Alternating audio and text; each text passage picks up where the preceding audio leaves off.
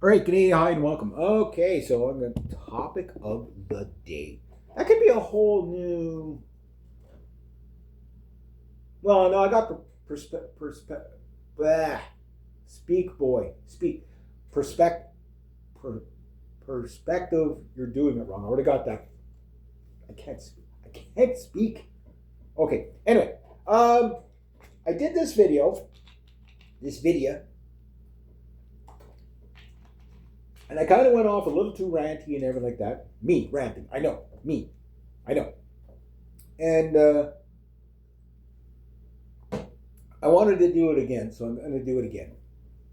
Hopefully this time I'll get it right. Because sometimes, like on the like when I do the BitChute stuff, it's like 20-minute videos max, and one after the other, and it takes forever to upload and stuff like that. But there's some stuff I can cover here, and today I'm going to be talking about I've got to say it properly, where Canada is economically in comparison to the United States and vice versa. And a lot of the stuff that has happened in the last past since Carney took power, and good, bad, ugly. I mean, I didn't vote for him, but I'm also watching what he's doing with an honest, like an honest kind of take on it, rather than just giving you partisanship. Again, there's enough. If you just want to hear me like a bash on Carney all day, there's a lot of channels that'll do that for you. If you want to hear me just bash on Trump all day, there's a lot of channels that'll do that for you. However, right now, Trump is in a very bashable mode because of the dumb stuff he's doing. But he's doing it on purpose, so it's not like he doesn't know what he's doing. He's doing it on purpose and doubling down on what he's doing. And the thing is it's scary what he's doing, so we have to kind of mention it. But the thing is that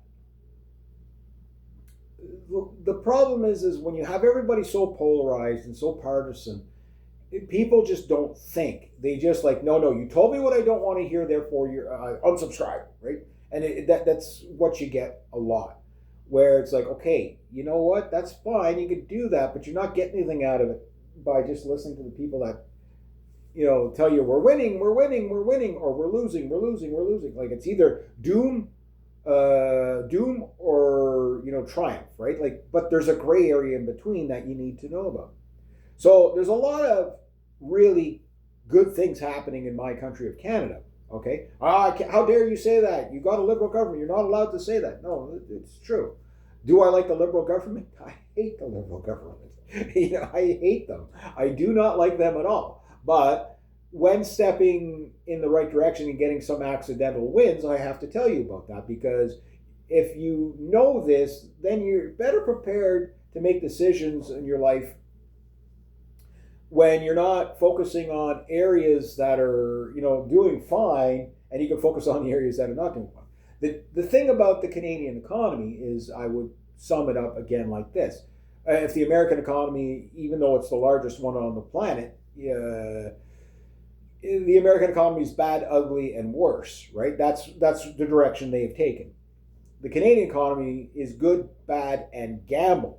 So the Canadian economy has to outrun the collapse of the United States. Good luck with that. While both Canada and the United States are in the everything crisis, doesn't pick anywhere in society, whether it's the medical system, the schooling system, the immigration system, the infrastructure, you name it, everything is in a dilapidated mode because of the last past since 2008. We're living out the slow death rolls of the 2008 collapse. That's what's happened. That's why I said people would just get gradually more poor.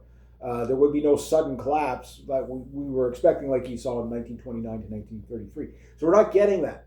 But there's also, with the kicking of the can down the road, pick a country, any country. Trump's doing it, Carney's doing it, Macron's doing it, Starmer's doing it. It doesn't matter who's in power. They're all doing it. But there are some guys that are not doing this, such as Javier Milei, who I may actually owe an apology to. But that said, Carney is also pivoting us away from the United States. Unfortunately, that throws us into the jaws of China, which will create the same problem just from a different angle. But the difference is China is way over there. The United States is joined at the hip with us, right? So, and I'm not anti-American. Don't take it like that, because it's not about that. It's about basically economically, where are we going to be in 5, 10 years? Well, Canada could possibly be a world superpower with a lot of problems. Like such as the United States is a superpower with a lot of problems. China is a superpower with a lot of problems. Too many to list, right? But they're still a superpower. Russia's a superpower with a lot of problems, but they're still a superpower, right? And the list goes on and on and on. But with Canada, what we're doing is decoupling from the United States. It's clear as day. That is the direction the country has taken.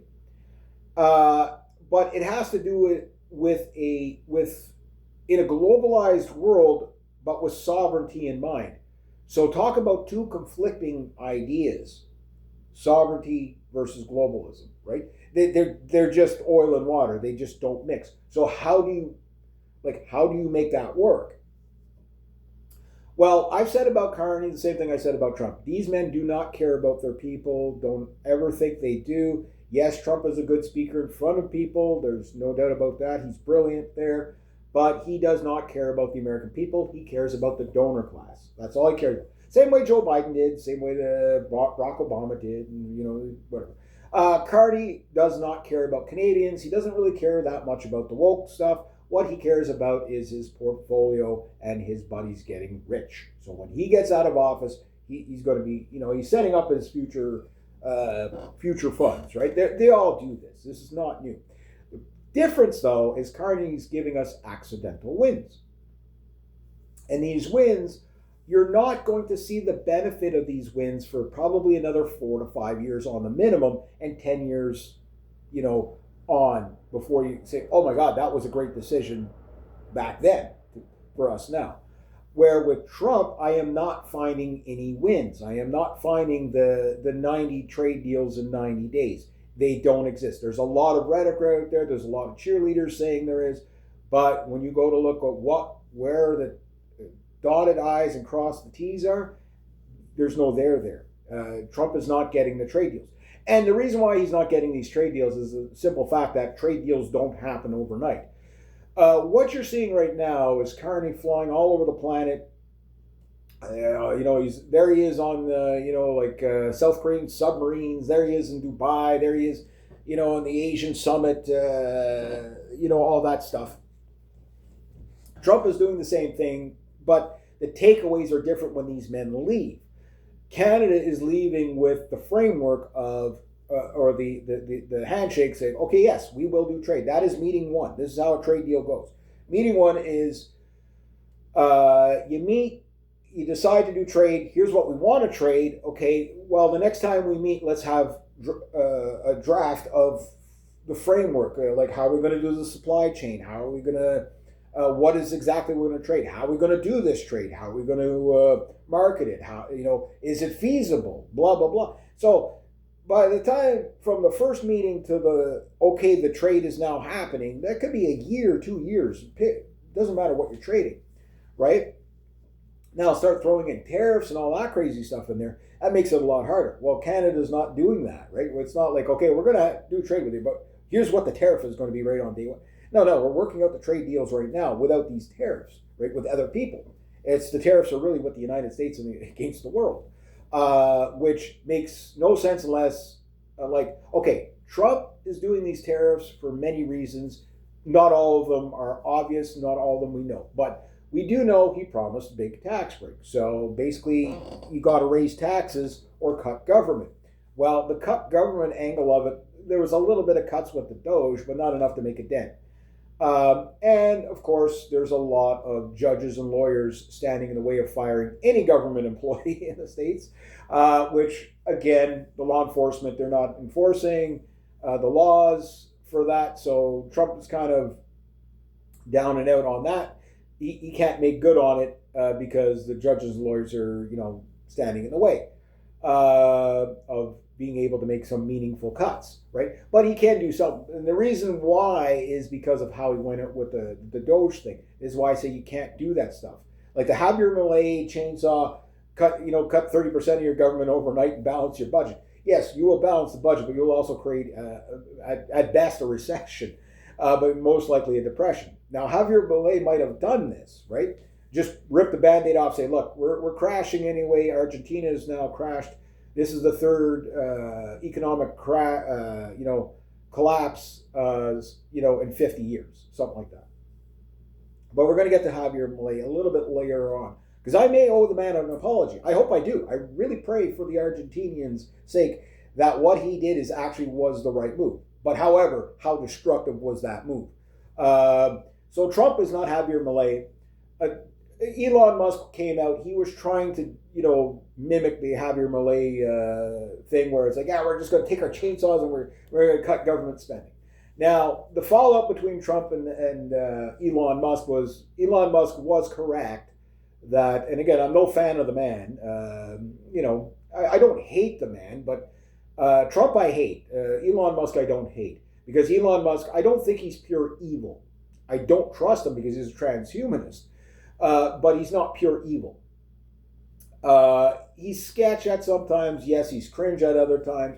But other times, you do get moments of honesty with him. With Trump, you don't really get any honesty with the man. I've watched this man for years now, the same way you have. And unfortunately, Trump lies and lies. Trump lies. I don't know who lies more, Carney or Trump. But the difference is Carney, he's like Obama, where he's kind of like all things to all people. So if he's in front of you, he'll tell you what you want to hear. If he's in front of somebody else, he'll tell them what they want to hear. And that's Carney. But it's not what they say, it's what they do that I care about, right? But the thing with Carney is, okay, a lying politician, breaking news. like that's par for the course. The difference with Trump is like the Trump taco, the Trump flip-flop, so to speak, is based upon he says something and it's nowhere near what he says it is, or it's just like he says something.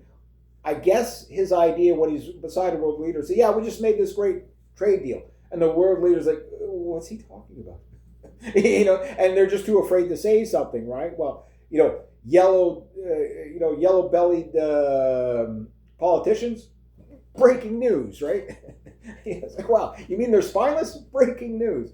Okay, yeah, so people won't stand up to Trump in front of him, but then later on they're like, no, we didn't sign anything. There's no trade deal. He just said it. Like, because I guess Trump thinks if he says it, that it'll encourage them to say, oh, he's correct. Like, if it's his art of the deal, master plan, 5D chess, it doesn't work very well. Trump is one of the worst negotiators I've ever seen. And again, he was supposed to be the good guy. Yes, if I was an American living in the United States, I would have voted for him on the hopes that he wasn't going to start all more wars. Again, like everything's gearing up for the Venezuelan campaign. I think that one's going to be a real disaster because it's jungle, it's not open country. It was bad enough in Afghanistan and Iraq where it's all desert, where you could actually see your targets. When you have SAM sites sitting in tree lines, particularly jungle, good luck finding that stuff, especially when it finds you first. You know what I mean? The U.S. Navy just better pray that the Russians haven't given the Venezuelans some ice scanners, because if 5 ice scanners could probably destroy an entire U.S. flotilla with 3 batteries. Like firing 3 rounds, right?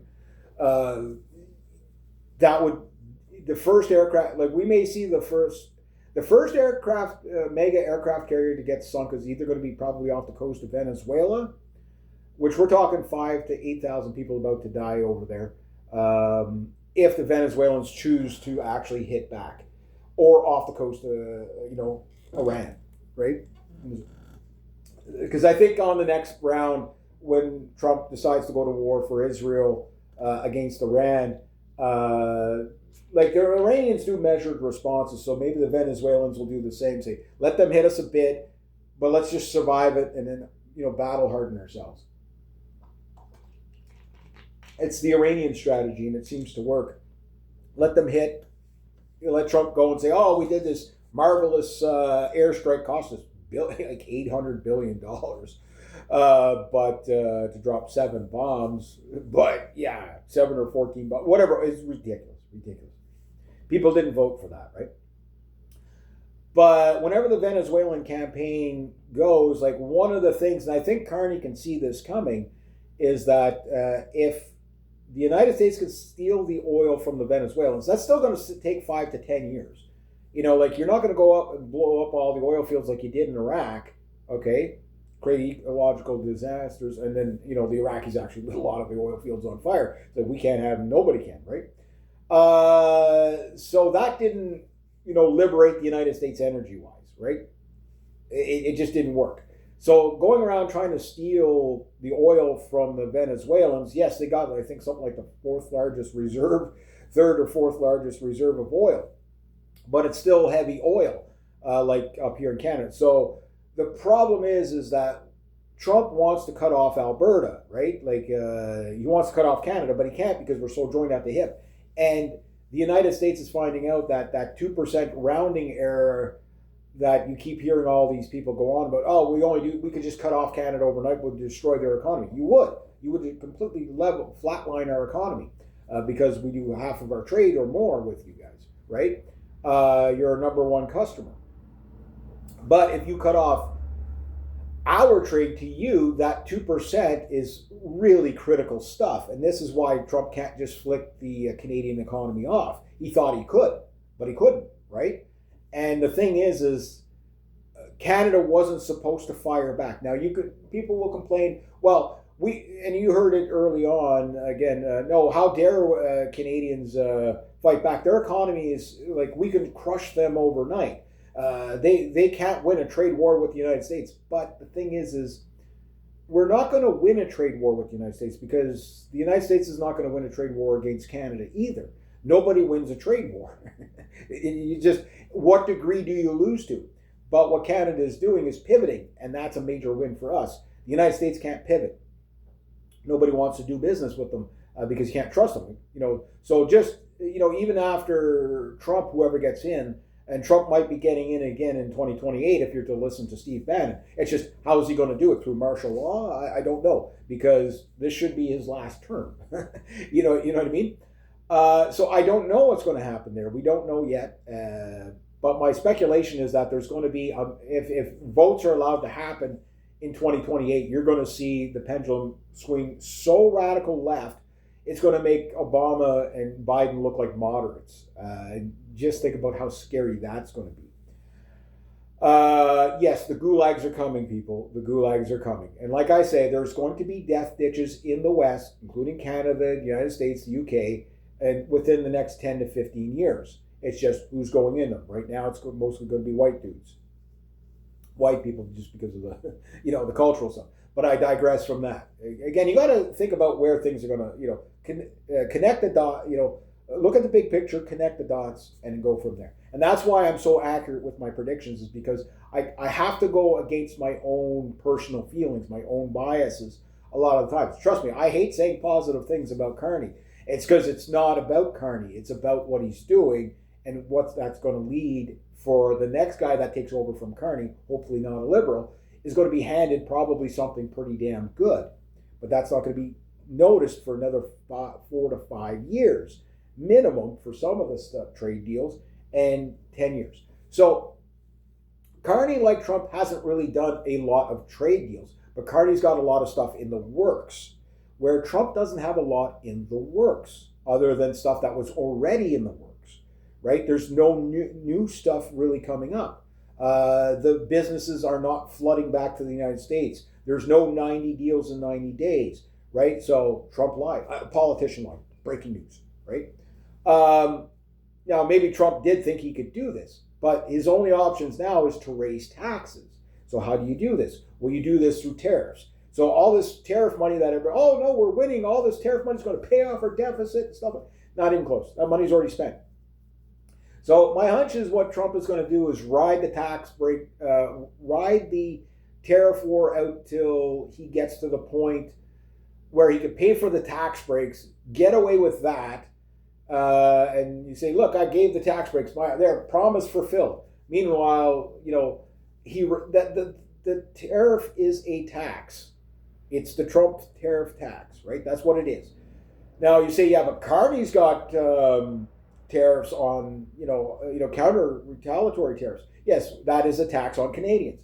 It is the Carney tariff tax, right? But the difference is people in Canada, in the masses, the normies, so to speak, don't view it as Carney's doing this because he wants to. He's doing it in retaliation, standing up to Trump. Whether you like that or not, that's the way that the masses are taking it. I look at it as Carney is actually is kind of figuring out a way to capitalize on this.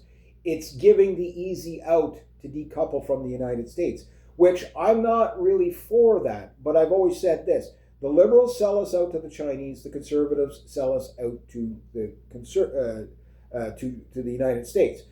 But at the end of the day, it creates the same problem if our economies, imports and exports, are solely, or more than half reliant on China and the United States. These are the two biggest players. These are the two biggest markets you want to be involved with. But if it's at the cost of all of your sovereignty, at the cost of, instability in trade, then you have to look at it with a dose of reality. It's that when Carney comes out and says, "Look, the trade relationship between Canada and the United States it's done." Everybody's like, "Oh, Carney doesn't want to do it." It's not that. I don't think it's that at all. What I think it is maybe there's a little bit of that in there, but no, I think Carney's smart enough to understand that you can't make a deal with Trump. There's no deal to be made. And so when you see all these, basically people that they just hate Carney because they're partisans, going, "Hey, look, Carney doesn't want to make a deal with Trump. Why can everybody else make a deal with Trump, but we can't?" Right? Because there's no deal to be made. Carney knows this. He completely understands. And he even says it out plain language. Like a 2-year-old can understand it. That no deal is better than a bad deal, right? And we're only going to accept a great deal, okay? Now, will we get that with the States? I doubt it. I don't see it any, within the next 10 years of U.S.-Canadian relationships getting better. It's unfortunately not going to. We are in a trade war with the United States, and the way the norm goes is currency war, trade war, shooting war. Trump will probably, near the end of his term, roll tanks into Canada, which will create this third American invasion into Canada, which will probably be very, very disastrous. Yes, Canada and the United States are probably going to go to war. I don't want this, but you get the propaganda, right? Canadians bad, they're screwing us, blah blah blah. The reason why you're economic hardships is because Canada decided to tariff us back and blah blah. Meanwhile, 85% of the stuff still crossing the border, which is in Carney's favor under the CUSMA, which all he has to do is kick that can down the road. He doesn't have to negotiate anything. If he's a smart man, he won't. Because all he'll say, "Oh no, this soup's not the one I ordered, send it back," right? And all he has to do is just kick the can down the road for the next 4 years and make it somebody else's problem if he loses the election. But chances are he'll probably going to win a second term. I hate to say it, but if he keeps doing what he's doing, because all the pro-Trump people, you have to understand, if he was doing what Carney was doing, the Trump people would be doing, they'd be ecstatic about it, right? Oh, he's working on all these new trade deals, stuff like that. Yeah, it's going to take some time to get them all signed and all that. Sure, but I'd rather see that diversifying our trade. Carney talking about having one big super economy rather than 13 small ones, right? So this guy knows, this guy's a bureaucrat. He knows that it takes forever to get this stuff going, but you start it today. You don't have a short-term, why isn't this done by next Wednesday kind of mentality that you see on the general public. Because the general public doesn't understand. They only understand reactionary. They don't understand nuance. Okay, yeah, The guy signs something today, it might be 5 years before you see the benefit of that, or even break ground. The nationalism in Canada being as high as I've ever seen it in my entire life at 52 years old is a good thing. Okay, the elbows up, yeah, you can cringe on it, but it's going to turn into maple leaf up, which will battle harden the Canadian mind into nationalism, and I'm all for that. Globalism will start to, it'll be there, but it's not going to be our main focus. The thing is that what Carney's doing is outplaying Trump on a lot of areas. Not that Carney's not without his faults. The guy's, like, again, the main accidental win that we get with Carney, okay, 3/4 of what he wants to do, I'm not for. You know what I mean? I don't like the woke stuff. But my hunch is, just in this past week alone, we're starting to see 1 year, just about a year in, that, hey, he's kind of doing what he says and saying what he's doing. Yes, he flip-flops a lot. Yes, he lies so much that it's hard to distinguish what he's actually up to. But when you just judge him on what he's up to, even the most hardcore conservatives are saying, well, that's going to be good for Canada.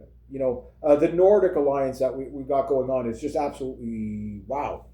There's a lot of green stuff. Everybody's still mad at the green Agenda 21, Agenda 2030 green stuff. Carbon capture, blah, blah, blah. All that stuff is a scam. We know it. Cap and trade is a scam. We know it. But you're going to get pipelines in compromise. So all the people in Alberta, it's like, well, okay, yeah, well, we're building the pipeline, but he still wants to do cap and trade. So the pipeline doesn't mean anything now because we're going to have the cap and trade, and that undoes everything. But it doesn't. We get the pipeline. We can always ditch the carbon capture thing later on under another prime minister. So you got to think long term. Like, again, Carney's probably, those stupid Albertans, now they're going to, I'll give them their silly little pipeline, which benefits Canada accidentally. Again, more trade, more export, whatever.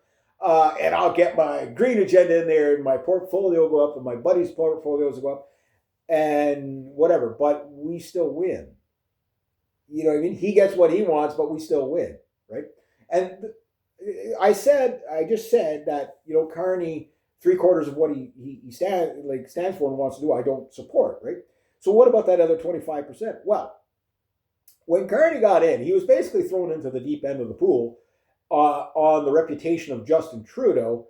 What a bad spot to be in a shutdown government during a trade war with the largest trade partner in the world, and our largest trade partner, and the biggest economy in the world, and that's where you threw this guy. You know what I mean?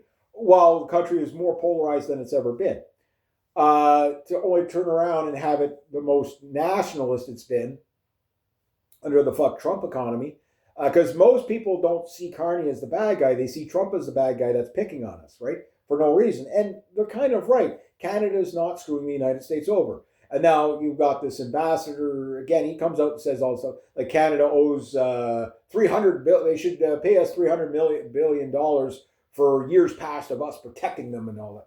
And it's like, okay.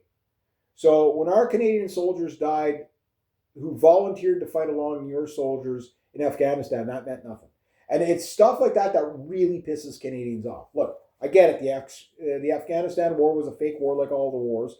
Same as the fake war that's about to start and the war itself is real, but like the reasoning for it, it's not about drug cartels. It's about stealing the oil. So when the Americans steal the oil from Venezuela, they can cut Alberta off, collapse Alberta, and now the Albertans will be going, make us the 51st state, right? And that's the goal. You might not realize it, but Trump's goal is not to make a deal with Canada. He says the quiet part out loud, not once, not twice, probably about 50 times now. Canada will be better off if we can make it the 51st state. We want your resources. He doesn't say it that simple, but if, he says it close enough that you can figure it out that, yeah, we're going to destroy the Canadian economy. We're only going to go to war with them economically first. What does that mean? It means we're going to be shooting at you later if you don't give us what we want. Why? Because it's Trump. It's not fair that they can control their fresh water and electricity and stuff like that. That's basically ours. It's in their country. It just happens to be in their country. Our resources are in your country. What do you think is happening to Venezuela? What do you think happened to Iraq, Afghanistan? That's you know what I mean. That's the way they do it. It never works out for them, but it's the way they do it, right? So yes, Canada and the United States will be going to war. And some people will critique me and say, Reg, you're just becoming anti-American. No, I'm not. I don't want to be shooting at Americans. I don't want Americans shooting at me. And the good news is most Americans are not. I'm sure 2% of Americans are okay with invading Canada and taking it over. Yeah, fuck those people. Fuck them right in the ear. They can go fuck their couch, right? But 80% are like, no, not at all. We don't want Canada. We don't want to take over Canada. And why? Because they're looking at it like, why would we attack our brothers? You know what I mean? And the other 20, there's our net 18% or whatever's left is like, well, if Canada willingly wanted to become the United States, we're happy to have you. Does that sound like the American people really want to take over Canada? No, it's Trump and his administration because they're globalists. They're, the same way Carney's globalist, just Carney does. Again, if the shoe was on the other foot, let's put it to you this way. Let's say Carney was in charge of the biggest economy in the world and Canada was the super economy and the United States was like us in comparison. Well, maybe Carney would be saying, well, we need to annex the United States because they're a liability from Mexico or something. You know what I mean? He would just reverse it. But Canada is in no position to attack other countries, hence why we don't do it. That's why we only participate in NATO and stuff like that. But if we had the Air Force the same size as the United States and stuff like that, we would probably partake in these globalist wars on a bigger scale because our militaries are controlled by globalists and globalism and the banksters and all that, not by the actual sovereign country, right? And this is something that you either realize this, all wars are a racket, right? So, and there's other things I could add to that, but I won't right now. But if you understand that, then you understand why people are not joining up to the military. Canada and the United States. Woke is part of it. Yeah, nobody wants to be yelled at by a man in a dress. You know what I mean? And the other angle of it is, no, these wars are just globalist wars to make, for these billionaire class to make all this money, right? It's not about the women and children, democracy, and all those things that people are sold on. And when the soldiers come back, they don't get the veterans care and stuff like that, because screw them, you know what I mean? That's what you're up against, and Trump is part of that. So he makes it look like he really likes veterans, but then under the Doge, he cuts veterans stuff. Yes, he cut a lot of woke stuff, and that was good.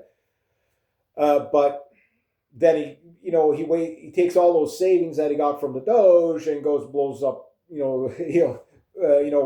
places in Iran. Oh, but it's to protect us because they're going to get a nuke, right? The Iranians don't need nukes. They don't. Their strategy is good enough. They can wipe off any country off the map in the region with just conventional rockets. They have that power. The Iranians are not to be messed with. And yet here we are, right? Let's mess with them again. Once Israel's ready to go to war with round 2 for the 24-day war. Like Israel had to give up after 12 days, and you needed the United States to kind of put the brakes on it.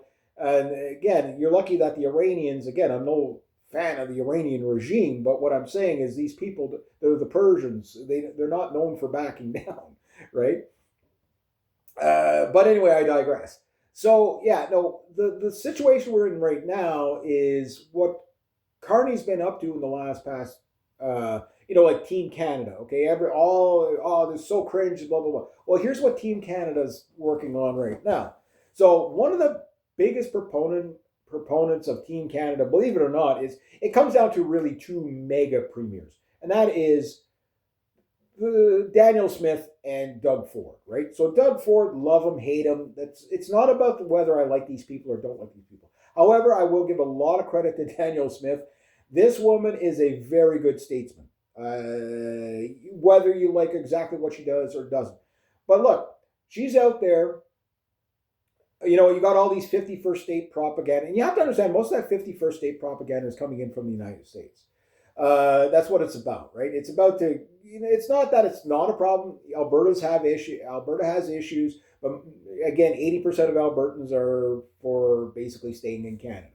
Yes, they're mad about the transfer payments. They're mad about the tanker ban, stuff which there was no tanker ban. There never was. It's a tanker cap, not a ban. Meaning, with the environmental stuff, you could only export so much oil, crude to whatever, which was a cap, not a ban, right?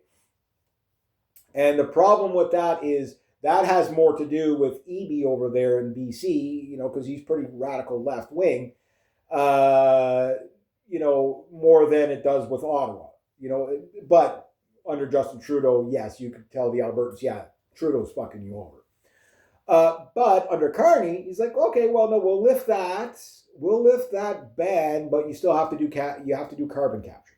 Okay, that's the trade-off. So, in other words, what Carney's saying is, I have to pander to my base because they're woke, but I want to make money. So let's get that fucking oil over to Asia. You know what I mean? And instead of, if the Americans don't want our oil, then we'll send it to Asia. Well, let's diversify our economy. We're doing that, right? So that's a good thing. I'm not saying it's done for the right reasons, but I'm saying we're getting an accidental win on that. Let's take it. So that means Alberta's going to win. Saskatchewan's going to. Anybody that's pumping oil, or like the oil sands or whatever. Anybody's that getting bitumen or whatever. That stuff is going to be heading out to Asia now, right? So that means the taps can flow. The pipelines are going to get more. Like LNG. Like the nice thing about an LNG gas pipeline is that you don't necessarily have to build a whole bunch of pipelines because it's a compressible gas. Oil is not compressible, but LNG is. So we got more customers. Just push the lever forward. You know what I mean? Let it flow. Yeah, bring it up.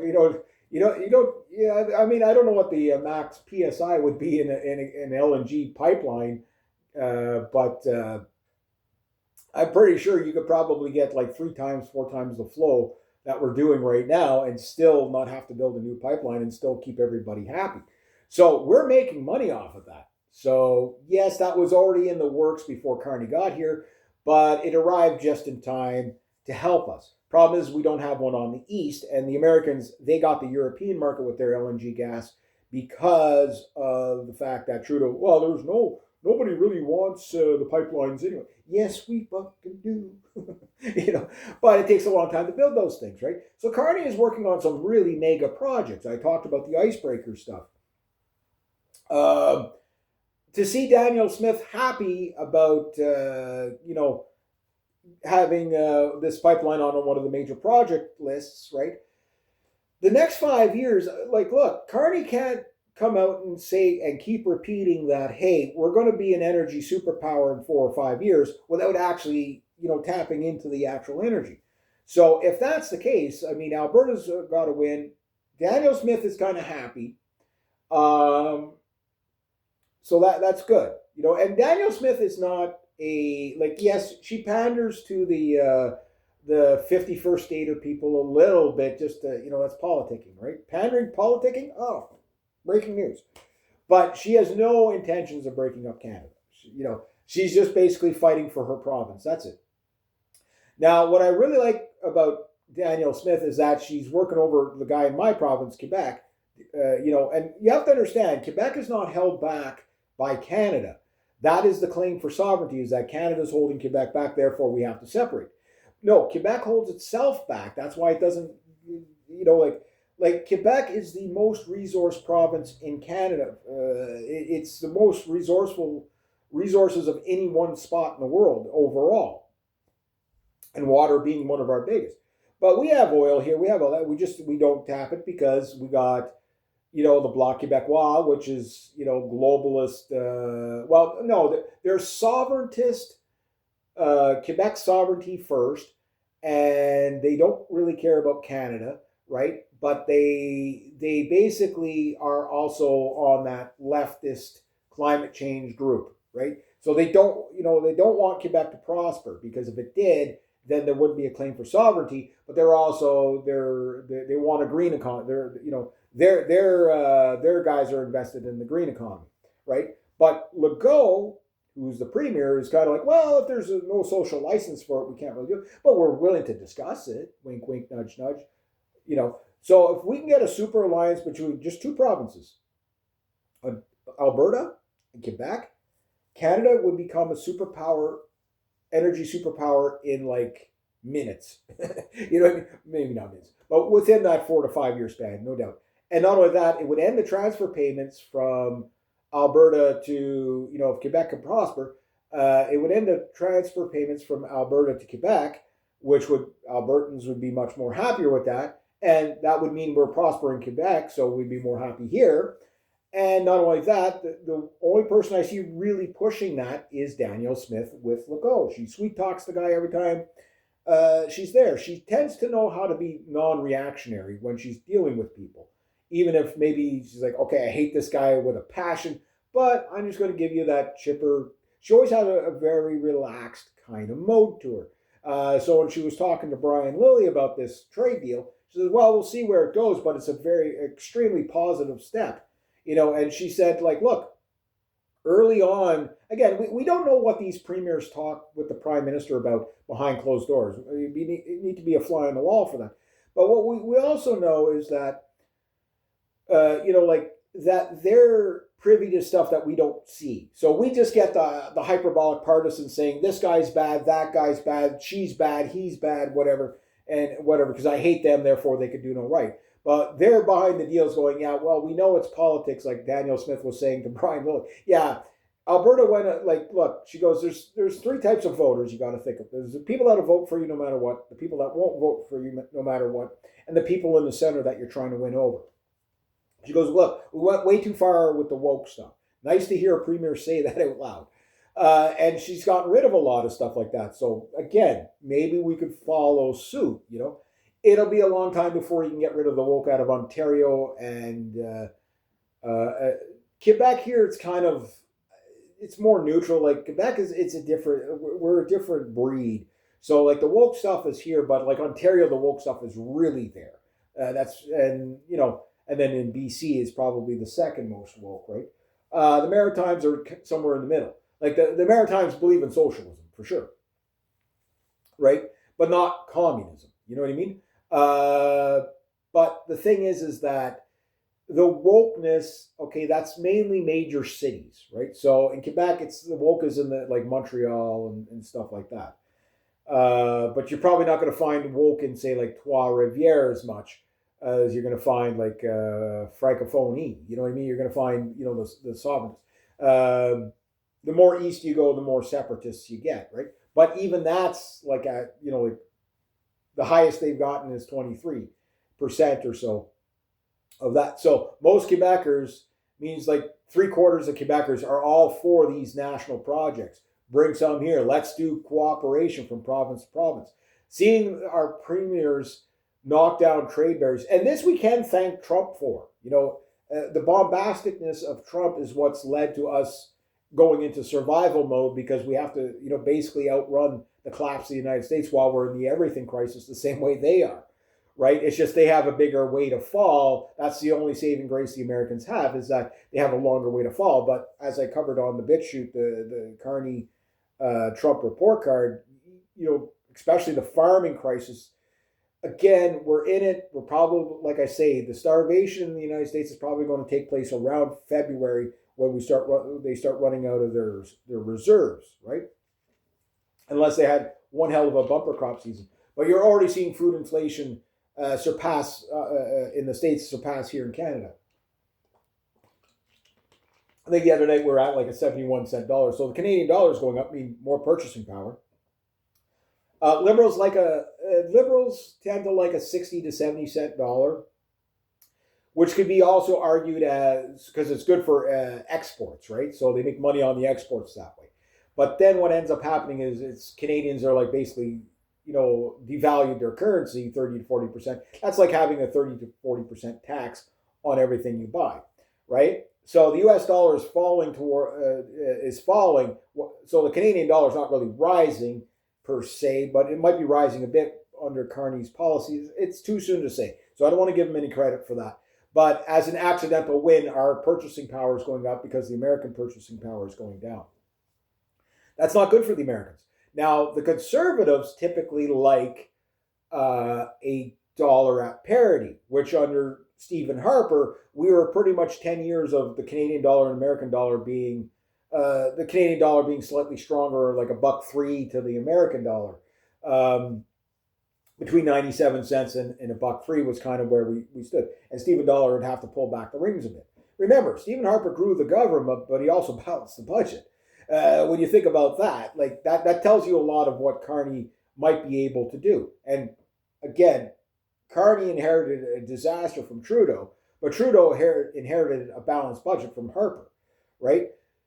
And considering that even though Harper and Carney do not like each other, Carney worked for Harper as a finance minister, but he basically fired him because he didn't like it, and whatever. But remember I said, like, Carney, like 3/4 of what he stands for, I don't really care about, and don't like, and, like the gun ban stuff and whatever. But even at that, we're seeing pivoting on that, where it's like, okay, Saskatchewan, this is a bit of a win for us. Their Supreme Court, I guess, or provincial court has said, look, if any government agency is going to come in and take your property, they have to pay you fair market value for it, or full reimbursement or something like that. So if one province does this, and then you get all the other West Coast provinces doing that, plus the Northwest Territories, that whole gun buyback thing will just fall on its face. But my hunch is that Carney, I mean, he's already got that can kicked down the road till next year, right? And he's fired the public safety minister, basically, well, didn't really fire, but he shipped them out, right? The amount, we just, Stephen Guilbeault finally is out of the Canadian government. Thank fucking God. Why? Because he quit, thank God, but I think it was like he resigned, and probably Carney gave him, look, we're going to be building pipelines. Your fucking radical agenda is not going to work. Yes, I have to pander to those people too, but we're building pipelines. Get over it, or you're fired. Now, something Carney has said early on that remember, one of his first actions was to shrink his caucus, right? It sounds funny when you say it that way, but anyway, yeah. So you had a smaller rate. That was a good step for Canadians right away. Okay, you're going to fire some of these ministers. Good. Good riddance, right? We need to balance the budget. Every country needs to balance its budget. We'll be talking about Javier Milei about that. We'll see how he's doing. I got to do more research there, but anyway. So Carney's dumped into the deep end, but he doesn't really have a platform. So what does he do? He steals out of that 2/3 that he's doing that I don't like. He stole about 25% of Pierre Poilievre's platform, which is the good stuff that we're starting to see. So I voted for the other guy, lost, and I got 1/4 of what I wanted. I'll take the win. Especially when it seems that Carney, he obviously doesn't like Trump. Trump doesn't like him. But he's not a pushover because he knows that Trump can't just shut off our economy. Trudeau fought back against Trump. Again, the worst prime minister Canada's ever had was Trudeau. By every metric, the man spent 240 years worth of spending in 10 years. That alone makes him the worst that we've ever had, right? But he basically, what Trump's plan was to do a tariff war. The Canadians won't fight back. Number one, they can't get anything done because of the prorogued government, meaning they can't pass any legislation because the government shut down under Trudeau because Trudeau didn't want to get ousted by his own party, right? So Trudeau, again, the worst guy ever. But in the 11th hour, he's like, no, fuck you, make me, honk honk. 10 years of telling Canadians that we don't have a core identity, we don't, we're not national, we're post-nationalist, all this, and getting rid of Canadian, statues of our leaders and people in the past, anybody right wing for sure. And then At the 11th hour, he's like, no, Trump, you go fuck yourself. No, we're going to hit you back. You hit us with tariffs. Yes, we're a smaller economy. We're going to hit you back. And all the projectors, oh, how dare Canada hit back? Because, and this came from our own side. Now, you're just going to destroy our economy because we can't fight back at all. Well, that means you don't understand the Canadian-American economy at all. At all. Everybody goes on the numbers. Well, look, we got 50% of our trade is hooked to the United States. That's true. It's not hooked to the United States. It's intertwined to the United States. Okay? This is and the Americans are doing critical trade with us, even though it's only 2% to our 50%. But when you start to scale that around, if both per capita, suddenly you look at the United States, their 2% that they're buying from us affects about 20 to 30% of their economy or more. Why? Because they buy electricity from us. Now, you can cut off cars, you can cut off shoes, watches, TVs, shit like that, and people will survive. You cut off fucking hydro in the middle of January. People die. You know what I mean? And Ontario alone services about 6 million households and businesses in the United States. Just cutting that off. In 1 week, how much business is lost in 1 week of those factories, particularly like Detroit, places in Detroit? You shut off the power to Detroit. Like, the Americans can't make that up. Like, they can't just say, okay, well, we're just going to divert the power from another state. They don't have it. That's why they're buying it from us in the first place. Quebec probably powers most of the eastern seaboard of the United States just because we have so much power. Way more than we can ever use up here. And then you factor in Manitoba, Saskatchewan.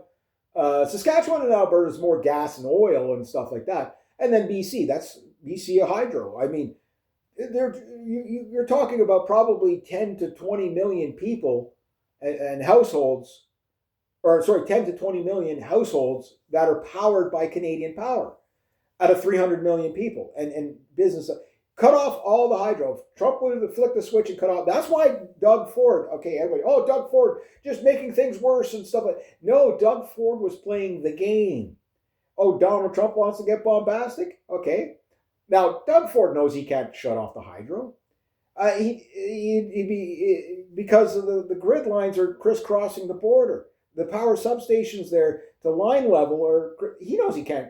If he shuts off the United States, half the power can't come back to Canada, to Ontario. He knows this. But if he says it and scares the shit out of everybody on the American side of the border, they start complaining about Trump. So you might not like it. Hate the game, not the player, maybe. I don't know. Doug Ford, say what you want about him. But that's why I say this man knows how the game is played. Right? Look, Doug Ford really knows how to go to bat for Ontario in a lot of ways. Yes, he drops the ball and he does dumb things in other ways. He's kind of a love him, hate him type of guy. Danielle Smith is more of like the sweetheart favorite of the Maritimes. You know what I mean? Eby is the staunch leftist in BC. Scott Moe is the rock steady guy. I do not like Scott Moe at all. We saw how authoritarian he was under the COVID thing, right? But he is very good for Saskatchewan. What do you call it? Wab Kinew, okay? Probably the most likable of all of our premiers, just character-wise, right? But he's an NDP guy, right? But he seems to be open for trade. Yeah, let's do business. So you got all these new trade deals between Ontario and Manitoba. Have at it. Go for it. Good job, guys. And you got a conservative versus an NDP, which is like a socialist communist, more socialist than communist, but, thinking, hey, we got to, harden ourselves against the American, and it's not even that, okay, we hate Americans, therefore we got to, move away. It was like, no, we got to outrun the disaster that, like, it's survival mode for us. We're already in survival mode. Trump hasn't even started survival mode yet. It's going to be very, very scary when he does for the American people, because you're going to see tanks on the streets and they will be shooting at American people. You know what I mean? Why? Because food riots tend to do that. It tends to bring out the worst in people. You know what I mean? Trump has really fucked the American economy bad. It's, again, the saving grace is that it's just the largest economy in the world. but even at that, like the amount of farmers that are going to lose, I talked about the farmers on the other on the bit shoot, so I won't go too much on here. But like, just listen to your farmers. Your farmers are telling you about to suffer the Holodomor, maybe Holodomor light, but at best, just really high food prices. Canadian inflation is coming down. Our GDP numbers, yes, they're pink. Like I say, it's like a, you know, it has a lot to do with the temporary foreign workers and stuff like that, kind of gaslighting the economy a bit with, okay, a whole bunch of people come in, now you got a large unemployment, and then you put them under skilled labor, underpay them, just to get the GDP numbers up.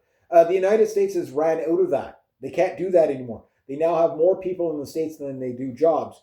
So the only thing they can do is fire just regular born Americans and give those jobs. They are doing that. I mean, people are, oh, well, look, the company is now going to bring in temporary foreign workers, or H-1B visas, as they call them in the States, and you will train up your replacement, or you won't get your severance pay, right? And I mean, it's pure evil. You say, well, that's not fair. You're right. That's a capitalist system. It's not fair. In a country with good labor laws, you don't need unions, but you need good labor laws. And capitalism doesn't allow for good labor laws.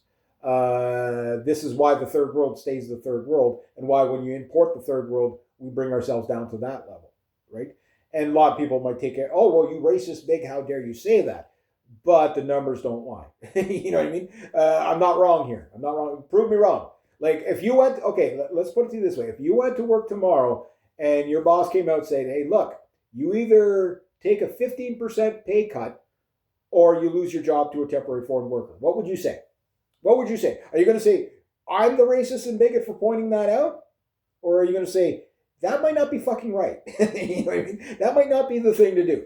And even Stephen Harper started talking about saying, well, no, we're not just going to import an underclass. And it was like, yeah, a little late to the party, but, again, the guy was the best prime minister we ever had, but he wasn't perfect. And they showed that, okay, yeah, but you're kind of responsible for upping the immigration numbers too. You know what I mean? Like, even though you're conservative. Again, was not for that at all. And now it's just ridiculous, right?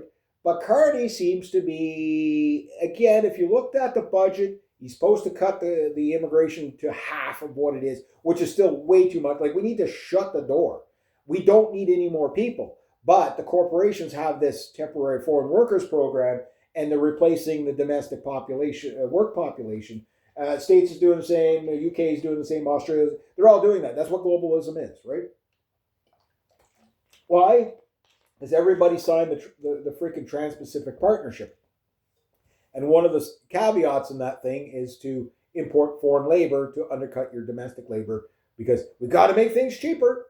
But I've always said the cheapest stuff from the lowest bidder for everyday low prices leads to everyday low wages, which then leads to poverty. Then you get all kinds of problems that you get when you have too many unemployed people, right?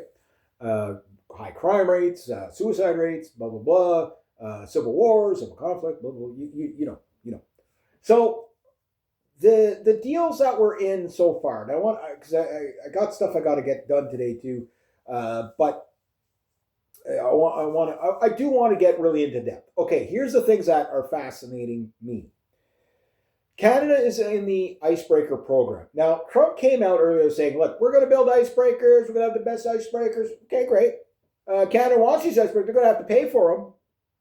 And I'm like, what is he talking about? The Canadian shipbuilding industry, like, okay, it's the biggest in the world is like Singapore and China, right?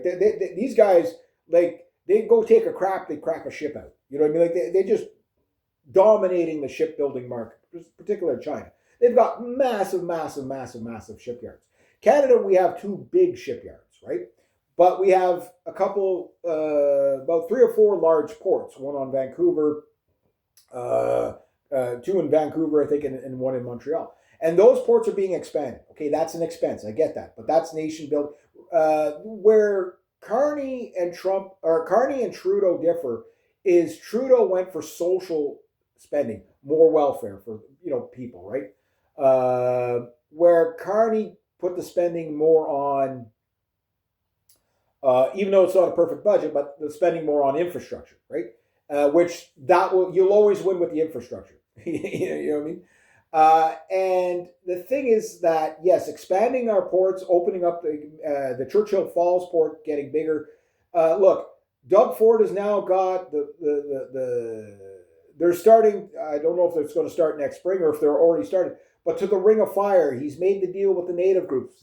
I'm sure there's going to be George Soros backed and U.S. and Saudi Arabian backed anti, development protesters and native groups and stuff. You have to understand, like it's like the anti-oil protesters in Canada.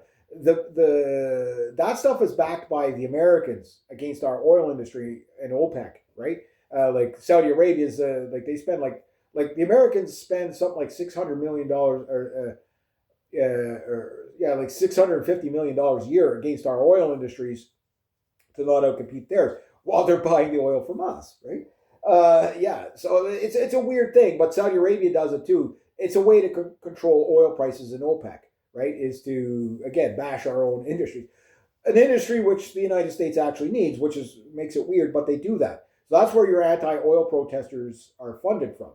But Doug Ford, love him or hate him, is now has a road being built to the Ring of Fire, which means the native reserve there, they're going to get a major boost in their economy, local economy, because of the mines opening up.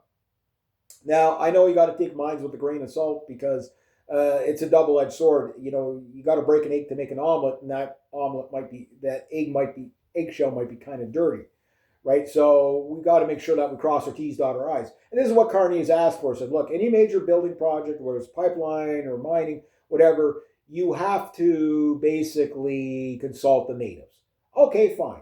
And if they say, no, you can't do it, whatever. The guy is kind of, okay, maybe he's not doing it for the right reasons. I don't know. I don't think he truly cares about the natives. I don't think Carney cares about anything but himself and his portfolios and his investor buddies, right? But it's kind of smart business to have the native groups basically be on board with your development projects, because most of the natives out, like under Trudeau, for example, like under the George Soros funded stuff, the Idle No Mores and all that, it's all George Soros funded. Like, I mean, that's not a conspiracy; it's conspiracy fact. But one of the things is that that's what holds back development, so we don't compete in the world, right? The Americans do not want us competing with them. That was the whole point of the collapse, the canceling of the Avro Arrow. So that after that, we agreed that we wouldn't develop our weapons industry and compete with the United States or anybody else, whatever. Now that's no longer the case. We will have a weapons industry, domestic weapons industry. It'll take us a while to get it going, probably about 20, 30 years. But it starts now, and it's going to start with partnerships with like Saab, stuff like that, the Australians. So we're going to be buying military equipment now. How good is the South Koreans? Probably. I'm really thinking that we're going to end up with the South Korean Saab just because they've already got them under. They're already building them, right? It's just okay. You got to wait in line and whatever. And same with Saab. They're already building it. So yes, we're going to see a messy situation with the weapons industry in Canada as it decouples from the Americans. But we kind of have to do it anyway because the Americans are going to probably be going to war with us physically. The place to watch is going to be around the Great Lakes. Trump wants to see, like, again, Trump, who campaigned on strong borders, suddenly, oh, well, the Canadian border is just an arbitrary line. But you better beef that up, and whatever, and go after the fentanyl and all that. But, it's just an arbitrary line. We might as well call it U.S. territory, especially around the Great Lakes, because, like Trump literally wants to drain the Great Lakes. Divert pipelines of fresh water all over the place. Okay, I can get that, but that's basically NUWAPA 2.0. Like Lyndon LaRouche talked about that. And once I understood what it was, I'm like, that's a fucking horrible idea. Like Canada, we protect our water in the sense of not pipelining too much of it, because when you drain a lake, those things took billions of years to fill. So, you know what I mean? You can't just fill those overnight. This is why I'm not a free market capitalist. Like, I'm one of those people, like, I don't believe in just ripping every resource out of the ground. You know what I mean? But anyway, you need enough to keep your country functioning. But when it's just, okay, well, it's just about profits. Well, you got to, this is why China doesn't have hardly any resources left. They ripped it all out of the ground. I mean, they still got lots of stuff, but there's problems, right?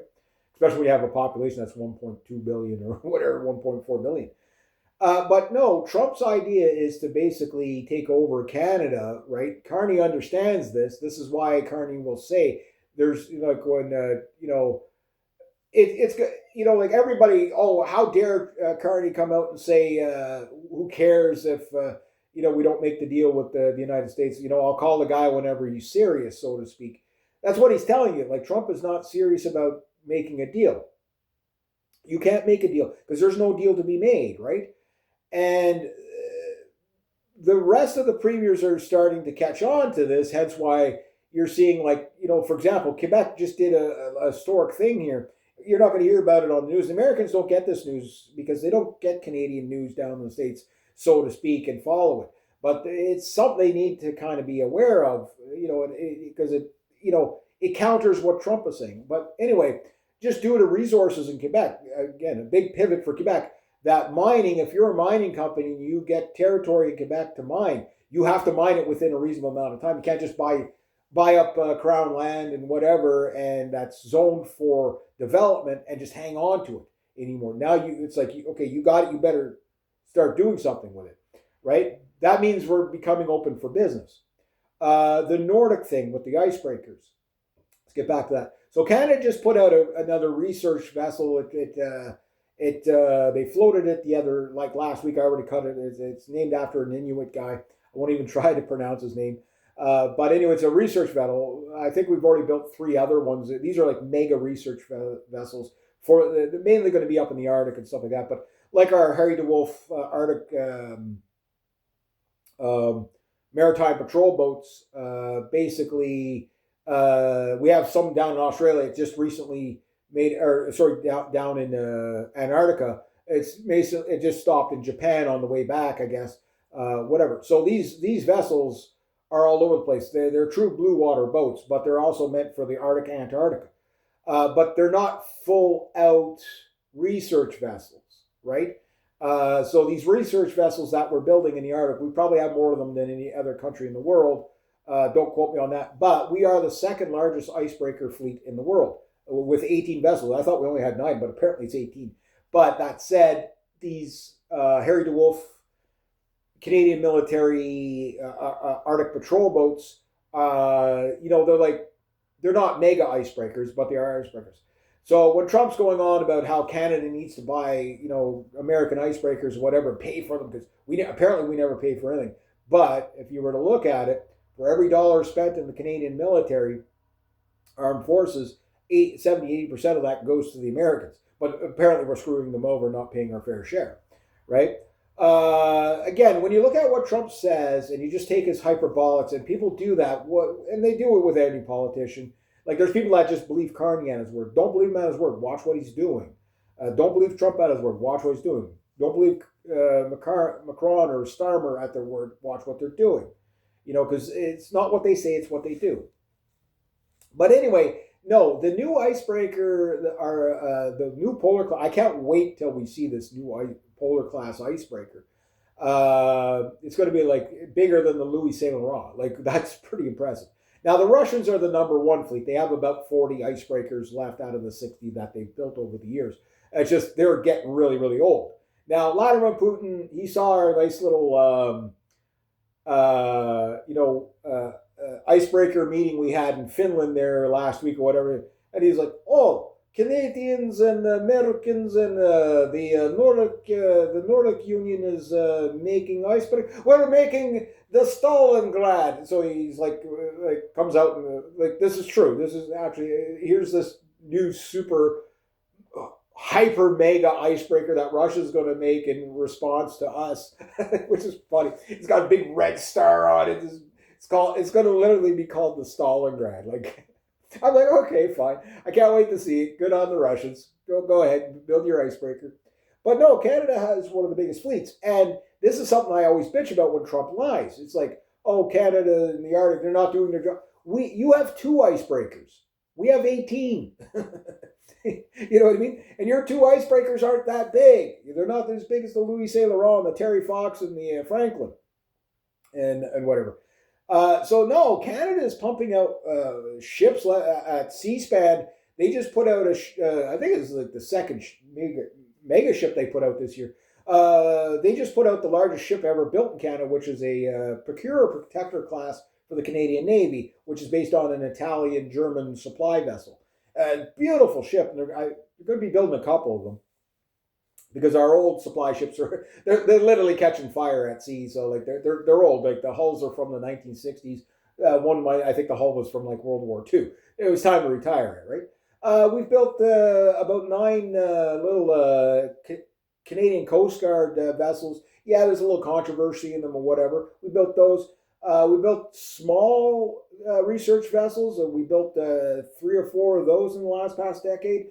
And now we're going to be starting, depending on how many we build, 2 mega icebreakers, which they're starting in Finland because the shipyard, the Irving shipyard in Halifax, Nova Scotia, is now building our super destroyer, the Type 26, which there's going to be issues with that because we won't be able to use Raytheon technology in there, but maybe we can use the Saab or the BAE stuff, which is no brainer to go with the BAE stuff because we can just copy the British because they have the Type 26. Let's just go with that, right? So maybe Carney needs to go talk to Starmer and say, hey, look, we can't use the American stuff anymore. It's kind of like the Saab Gripens are switching over from the General Electric engine to the Rolls-Royce engine, which means Americans are going to lose jobs. The same way Americans lost off the Virginia-class submarine. Canadians are not buying that. We weren't committed to that anyway, but that there's 20,000 U.S. jobs just lost in that alone this year from that shipyard because, we were going to probably get those possible Virginia-class subs. It was a possibility. Now it's not. So Trump we're no longer buying that. There's a couple of, not full procurements. The only thing that's really on procurement right now is 2 things. Possibly, which is not a done deal, is the HIMARS, but the South Koreans are pitching us their HIMARS, which is better than the American one because it's newer, it's brand new, and it can do more. What was that?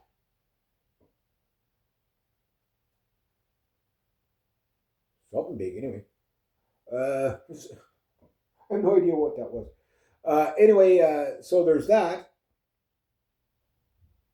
And then the F-35s, right? Which I think we're going to go ahead with the 16 of them. I don't think we're ever going to get them because I think what I'm hoping is Trump pulls the plug on that for us so we can sue the Americans. We've been sued by the Americans twice over this. Now, mind you, we've made about $400 million or $4 billion. It's either $400 million, something like. Go look at the number. Servicing F-35s. We build parts for the F-35. So getting back to like what I was saying, for the Americans, yes, Canada buys 50% of its economy plus of stuff from the United States as our number one trade partner, right? Because of our friendship for so long. And I'd love to see that continue. But what we've done in the process of intertwining our industries is created a big cancerous tumor to the United States called Canada. Meaning, if you cut off that trade, you're going to kill half of your industries just because it's so intertwined with Canada. So that 2%, like Canada is the United States tumor. It's a tumor. You know what I mean? Because again, you can't just flick the switch. Otherwise, Trump would have done it. And Carney knows this. That's why he holds the cards of, well, Trump can only go so bombastic. He can threaten anything he wants, but we know what he can actually do and what he can't. If he cuts off that 2% Canadian trade that the Americans are buying, he'll collapse about 30% of his economy and some. You'll have people freezing in the middle of January with no hydro. If Trump does it. Now, Trump would turn around and say, well, Canada cut us off. And Canadians would be like, no, you just decided not to buy our hydro. Pay your bill. You know what I mean? You'll get it. But again, the way Trump spins things is people just believe him right away. Now, I understand how this happened because of the attacks on Trump and the attempted assassination. Whether you think it was fake and set up or the real deal, doesn't matter. But he got martyred. It basically won him the election, right? But the attacks from the left are real. You know what I mean? Yes, I still say yes, they stole the election on Trump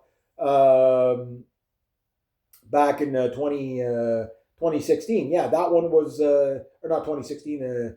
2020. Yeah, Joe Biden stole that election. It's clear as day. The evidence is there. That's not conspiracy. It's just go look at. It's easy to prove. It's easy to prove.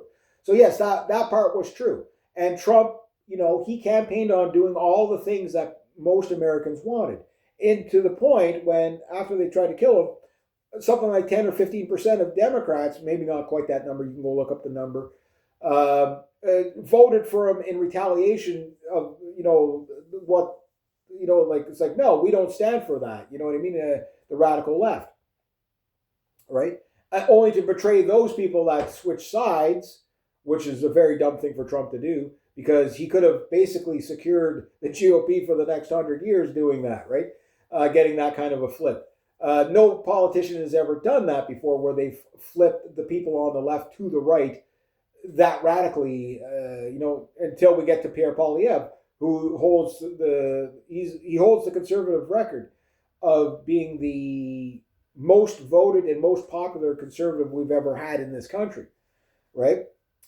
He just didn't win. Like the past two elections, the conservatives won the popular vote, but not because of the electoral. We don't have electoral colleges here. We have first past the post in the riding, and most of the ridings are in the cities, right? Which always outvote the flyover country. Whatever. I digress. But at the end of the day, Carney knows that Trump can't do much other than tariff a few things. And 85% of the trade is untouched because of the Kuzma, USMCA stuff, right? Which, again, if he doesn't accept any of these trade disputes, when Kuzma comes up for trade again, all he has to do is kick it down the road and say, no, we're not going to do that. Because if he accepts the stuff now, accepts the deal now, that's going to be included into Kuzma, which will screw Canadians over later, right? So, no, Carney, he's playing the game. He's out. He knows what cards he holds, and he's not going to let that card go unless he's stupid. You know what I mean? And I don't think he's a stupid man. I don't think Trump is a stupid man. Trump is impulsive, though, and egotistical. Carney's more of a slime bag, calculated weasel guy that'll stab you in the back, and he's good at it. You know what I mean? So, my money's on him. You know what I mean? Not that I like the guy, I'm like, he's playing the game better, right? And Trump knows this. He knows he's being outplayed by us, because we were supposed to just fold, because Canadians and Americans are so similar. There's no difference between the two of them. But there is. It's not a big difference. I'd say 98% of Canadians and Americans are interchangeable, right? Ideologically, culturally, blah, blah, blah. But that last 2% is a doozy. And that's where you get the fundamental core values of Canadians are different than Americans. Not talking about diaspora, not talking about immigrants that are not, fully. I'm talking about the old stock, the people that have lineage to the country. These people have fundamentally difference. Black Pigeon speaks. I don't agree with everything he says, but he got this, I think, 100% right. That the fundamental core, the Americans are freedom, liberty, and the pursuit of happiness. Fundamental core, Canadians are freedom and liberty and the pursuit of good governance. Which hence why you get the incredible rally around the flag that we've seen in Canada, whether you think elbows up is cringe or not. You got to think of what it's going to lead to. Everybody in Canada is telling our provincial leaders, yeah, break down the trade barriers from province to province. Yeah, diversify our trade. Yeah, again, all the trade lost so far. At the last count, I don't know what it's at now, was like 6.6% of trade between Canada and the United States is no more, right? But Carney made up about 24% trade with other partners to offset that so far. That's good. Again, not perfect, but Carney going around the world making trade, getting the framework for new trade again, we're not going to see the fruits and labors for another 4 or 5 years. I can't stress that enough because all the people are, well, he came back empty-handed from here, came back empty-handed. Well, so did Trump. It's just when Trump goes somewhere, he says, "Oh, we made the deal." The deal's not done yet. Like they don't even, like you can't make a deal that fast. Like you can't make a deal. We'll use LNG gas as an example. Okay, you know how long it takes to set up that supply chain. It's on both sides. You have, okay, sure, we'll buy your LNG gas, but we have to build a terminal here, and we have to be able to pipeline that out so we can make it usable. So we don't just have ships sitting there with full, not being able to empty them. Right? We can only sell LNG to people that can receive it. We can only sell our crude oil to people that can refine it. You see what I mean? Like that's the things. Like for example, Trump having tariffs on Brazilian bananas and Argentinian bananas. Okay, makes no sense. Why? Because the Americans can't grow bananas. you know what I mean? You're getting them from South America, but that's what happens when you when you tariff bananas and penguins in Norway. Make that one up. You can't even make that. This is why you can't just do we're going to tariff everything and see what, throw it all against the wall and see what sticks. What you're finding out is it's a disaster, right? That's not how you fight a trade war. That's not a 5D chess plan. And the thing is Trump is doing it mainly to raise the taxes to pay for his tax breaks, right? So the tariff, but if you call it a tariff and not a tax, some people are not realizing it's a tax. I'm not going to call them stupid. I'm saying they just think it's, well, because Canada is a parasite and they're screwing us. Again, none of this is which is true. I'm not saying there isn't actual trade disputes. When people go on about the dairy thing and the 250% tariff, how's that fair? Well, I'll tell you how it's fair. Nobody's paid that tariff in like 10 years because nobody hits. The Americans don't export. We don't import enough from the Americans to hit that tariff. You know what I mean? They don't pay it. Trump is lying to you. They don't pay it. It's there. He's correct about that, but nobody's paying it. And I don't know how Trump processes information. People just say it and then suddenly, oh, this is this great injustice. Well, if it was a great injustice, maybe you want to look at the details and figure out whether it's an injustice or not, rather than just blab things out. Because the problem is when you end up burning bridges and suddenly the business is not coming back, the businesses are not flooding in, but yet Canada is now going into competition mode. Again, the Nordic Alliance countries that are standing in solidarity with Canada, what you're seeing is, like, for example, Iceland. Greenland. Trump, I'm going to annex you because we need the minerals and stuff there, and we got to protect the Arctic from the Chinese and blah, blah, blah. Okay, well, Greenland's like, fuck you, make me. France and Germany are like, we're going to send our fighter jets there just to make sure everything's okay. You know what I mean? And they did that, as a show of solidarity. Would France and Germany actually go to war on behalf of the Greenlanders? Would probably, if we jumped in on it too. Again, will the Brits come to our aid when the Americans attack us? I don't know. Maybe they will, maybe they won't. My hunch is that they'll probably not jump into the fight, but they'll probably do like the Ukraine and here, you guys magically end up with some Eurofighter Typhoons or something like that, whatever, or some just missile supply. Canada just doesn't seem to run out of missiles. Same as the Ukraine, it's like, but the Ukrainians seem to be liking those French Mirage 2000s. Like, oh yeah, well, when you guys offer us the F-35s or whatever, the soft grippers, we'll gladly take those. But we like the Ukrainians are like basically using these Mirage 2000s to basically shoot down cruise missiles and stuff like that. So good on them. Fight the good fight, guys. Again, I hate to see the brothers' war between Russia and the Ukraine. I would look at the Canadian-American war the same way. It'd be brothers killing brothers. We don't want that, and both sides don't want it. It's these politicians that are insane that want it.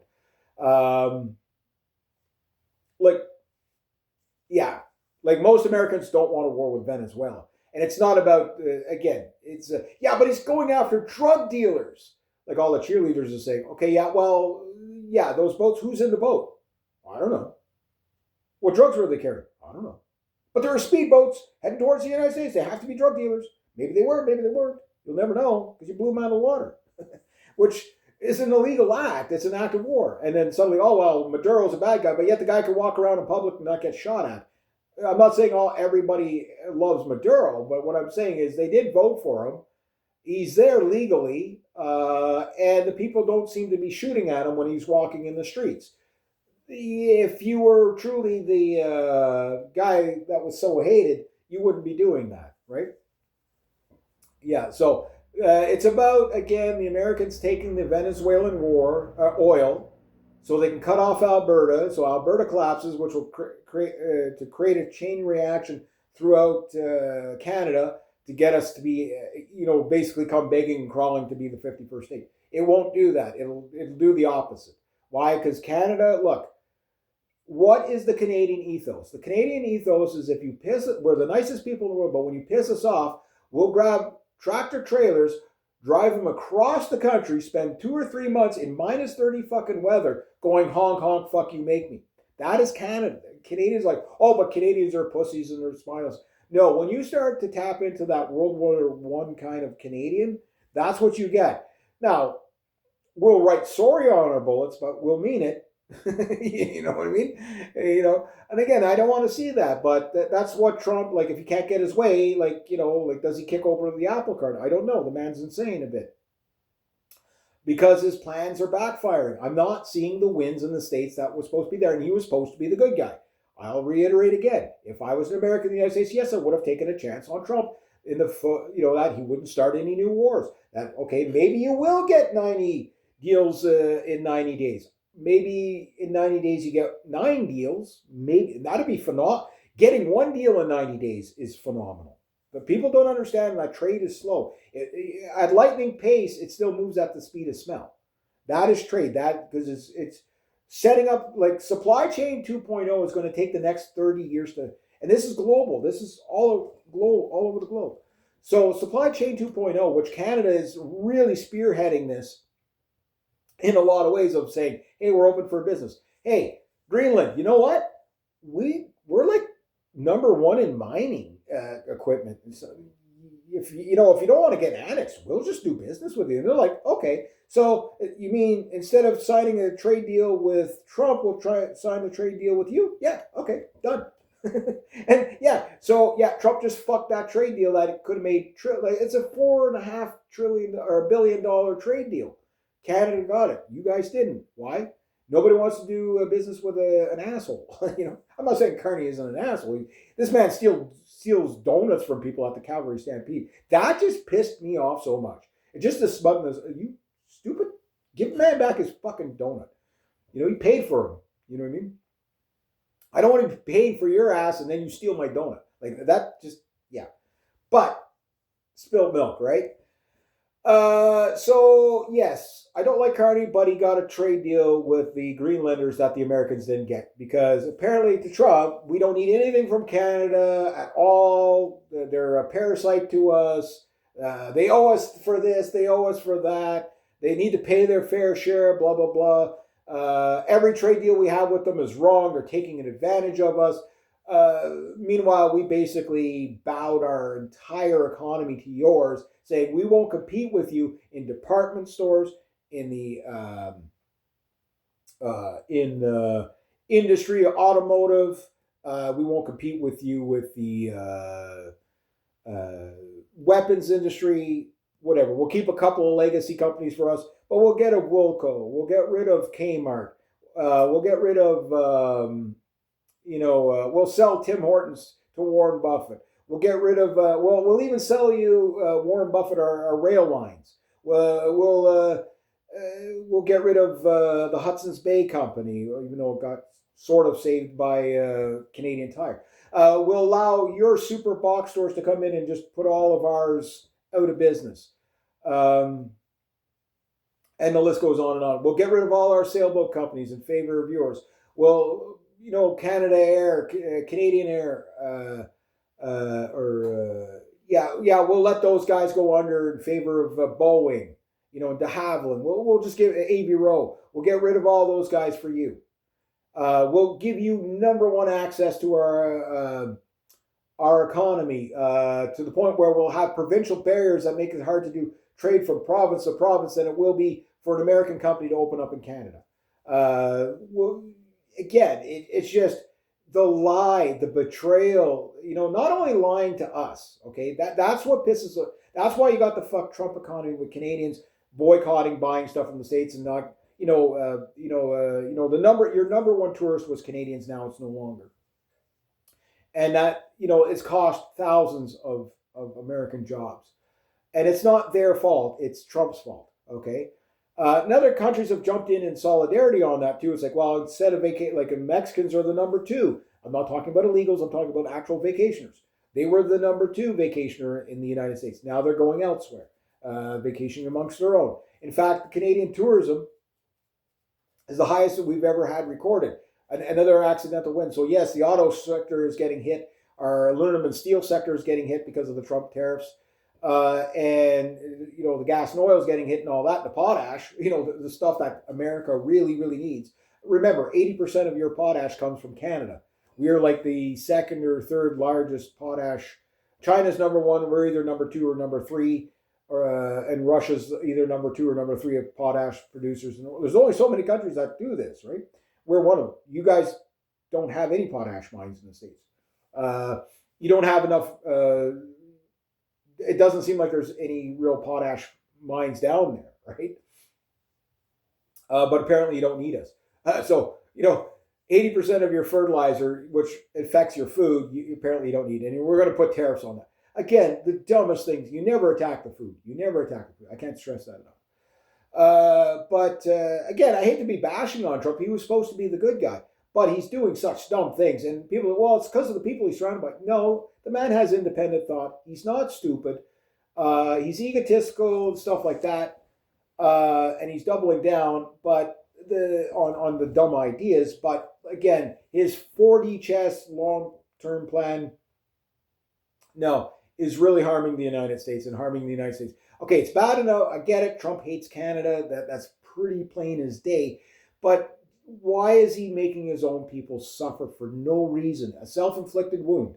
The dumbest trade war ever. That the right is saying it. The left is saying it. This is why you have the half of his base to 2/3 of his base, no longer on the MAGA train. Which, how's that going to play out in the next election, right? Let alone the midterms. But I mean, like the next election, you're going to see a communist wrecking ball to the left with such extremism. It's going to be a nightmare what's coming to the States, and you can blame Trump for that. But anyway, yeah. So the Nordic Alliance is basically Canada, and it's on multiple things. Minerals.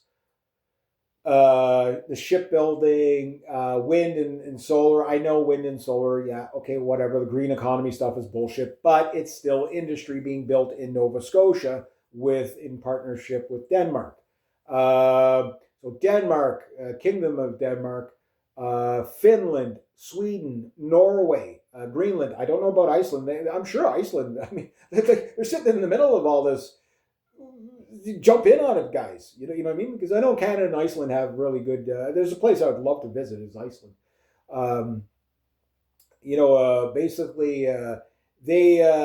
Basically, they're right in the middle. Like they might as well join on too. But we basically have an Arctic partnership now. The Americans are in on the shipbuilding thing as well.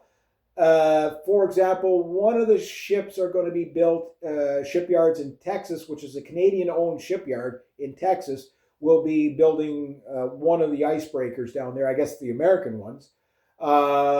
Finland, because our shipyards are all full. Yes, I'd love to see these icebreakers built in Canada, but the problem is like our shipyards are full. By the time we expand them, it'll be 20 years to expand, or 10 years to expand the shipyard, which is in the works, but it's going to, we got to wait till the shipyards are ready, and then we can build the submarines. Then we can build that.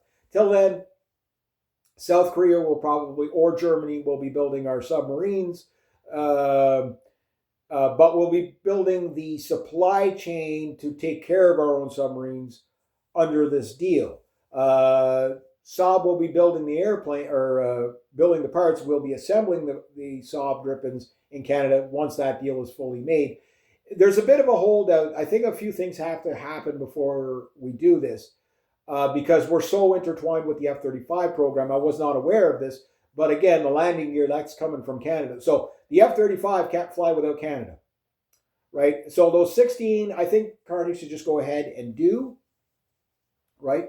But while we're doing this, we need to, build the other stuff, and basically build a parallel economy aside the American economy. Do as much trade with the Americans as they're going to allow us to do, and go from there. But no, Finland is going to be starting construction, and Quebec will be doing some parts of this big icebreaker. Finland will be building because they're ready to go. They're already starting to put down the keel. You know what I mean? Or cut the steel or whatever. They're already in that mode. Right? That's already done.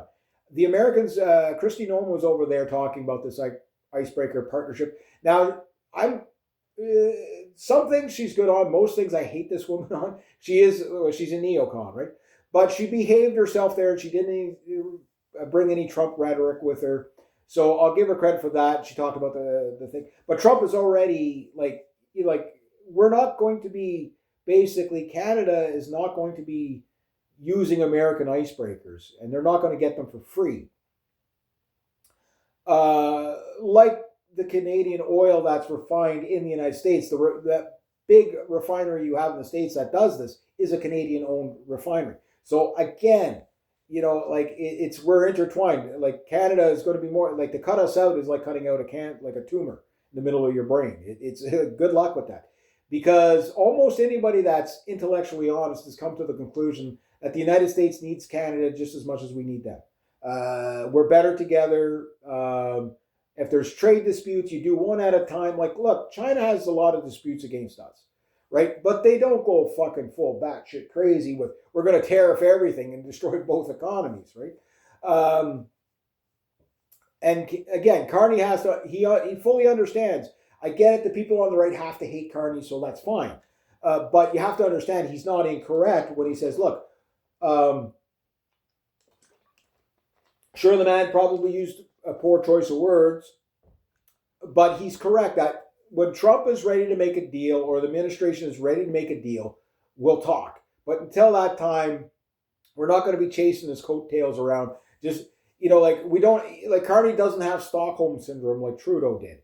I got to keep, Trump happy. I got to keep him happy. You can't keep the man happy. He's a psycho. You literally can't keep him happy. You know what I mean? There's in no way, Trump's idea is to take over Canada. It is not to make deals with it.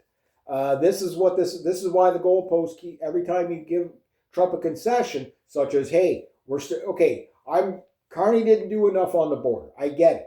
But he was stepping in the right direction. Even Trudeau was fucking stepping in the right direction. And I hate that man with a passion. I mean, he's messed up my country so bad. But Carney is stepping in the right direction. Okay, we'll build, icebreakers with Finland. And in return, while they're working on that, we'll work on this industry. Denmark will be working on the windmills with you and icebreakers and this. Greenland will be working on this. Now, while we're at it over there in the UK, you want to buy some of Canadian gold? Here you go. The shipment's coming to you. Okay, UAE. Okay, well, beggars can't be choosers. If we got to find, if we're open for business, we're open for business. Do you want some of our Bombardier jets? They're the fastest. The Globe 8000 is the fastest executive jet on the planet right now. Yeah. How about you buy some of those? You want some other shellfish and shit from Newfoundland and Maritimes? Yeah, we'll do that for you too. Okay, it's shady deals. I get it. Oh, well, in return, okay, you'll buy shares in our country. Again, remember, Carney's a globalist the same way Harper was a globalist, the same way Trump is a globalist. So the globalist angle of it, I don't like. But the infrastructure being built in our country, going up, I love. The fact that Bombardier is starting to get more sales, that's great. But Bombardier is going to have to start building jets 100% of the parts here. That's going to take probably about 10 years. but that's not on the register right yet. But that's how we're going to have to do industry. So if we have to assemble things in Canada, like Sop Grippen's assembled, Sweden builds the parts, they send us the IKEA package, we put it together. Okay, we start there. South Korea builds the submarine, but we can service them fully here. Okay, but while we're servicing them, we start building up so that we can build the next submarine 100% here and not have to rely on all these other partnerships as much. South Korea is probably the country that's pandering to us the most. I'd love to do business with them. I'd love to do business with them. But, because what they're offering is basically, we're going to build your thing, but we're going to build the infrastructure in your country so you can keep building it. Okay, it lets them into our markets, whatever. It will compete with the United States. The United States is not going to like that, because what we're finding is Canada can compete.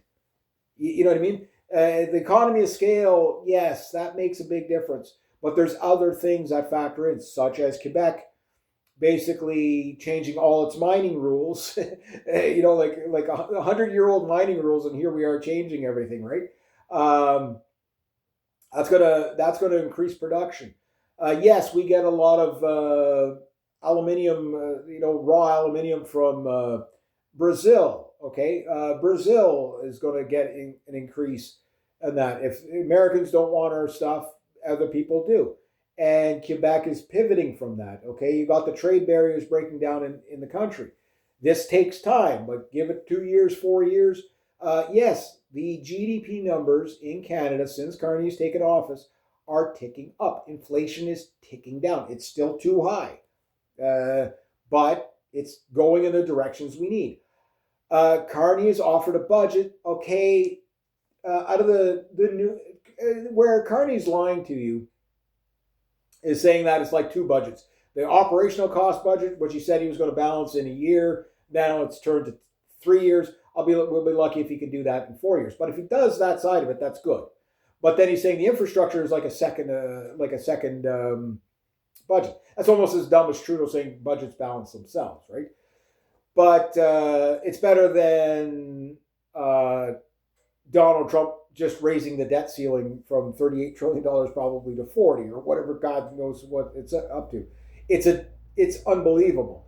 But Carney's saying, okay, well, the next four budgets, the next 4 years, the deficit is going to go from $78 billion over to 60-some billion dollars to 50 to 40. And within 10 years, we'll probably have a balanced budget. I'll take it.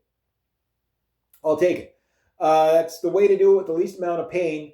And if he plays his cards right, for example, some low-hanging fruit, get rid of the gun buybacks. Okay, good. You're shipping Bill Blair out to the UK? Good. Get that fucking cocksucker out of my country. I hate that man. He's been a thorn in like gun owner side for years. Such a corrupt man too. Should be in jail. But yeah, Stephen Guilbeault. This crazy commie leftist George Soros backed radical climate change guy holding back our industries finally quits. Good fucking riddance, you cocksucker. I hate that man. Why? Carney wants to do business. Okay, yeah, he's got to pander to the left. But Carney has been basically a centrist liberal. If anything, the liberals that voted for him are saying he's a right winger. No, he's just he's just a center left liberal. He's not right wing.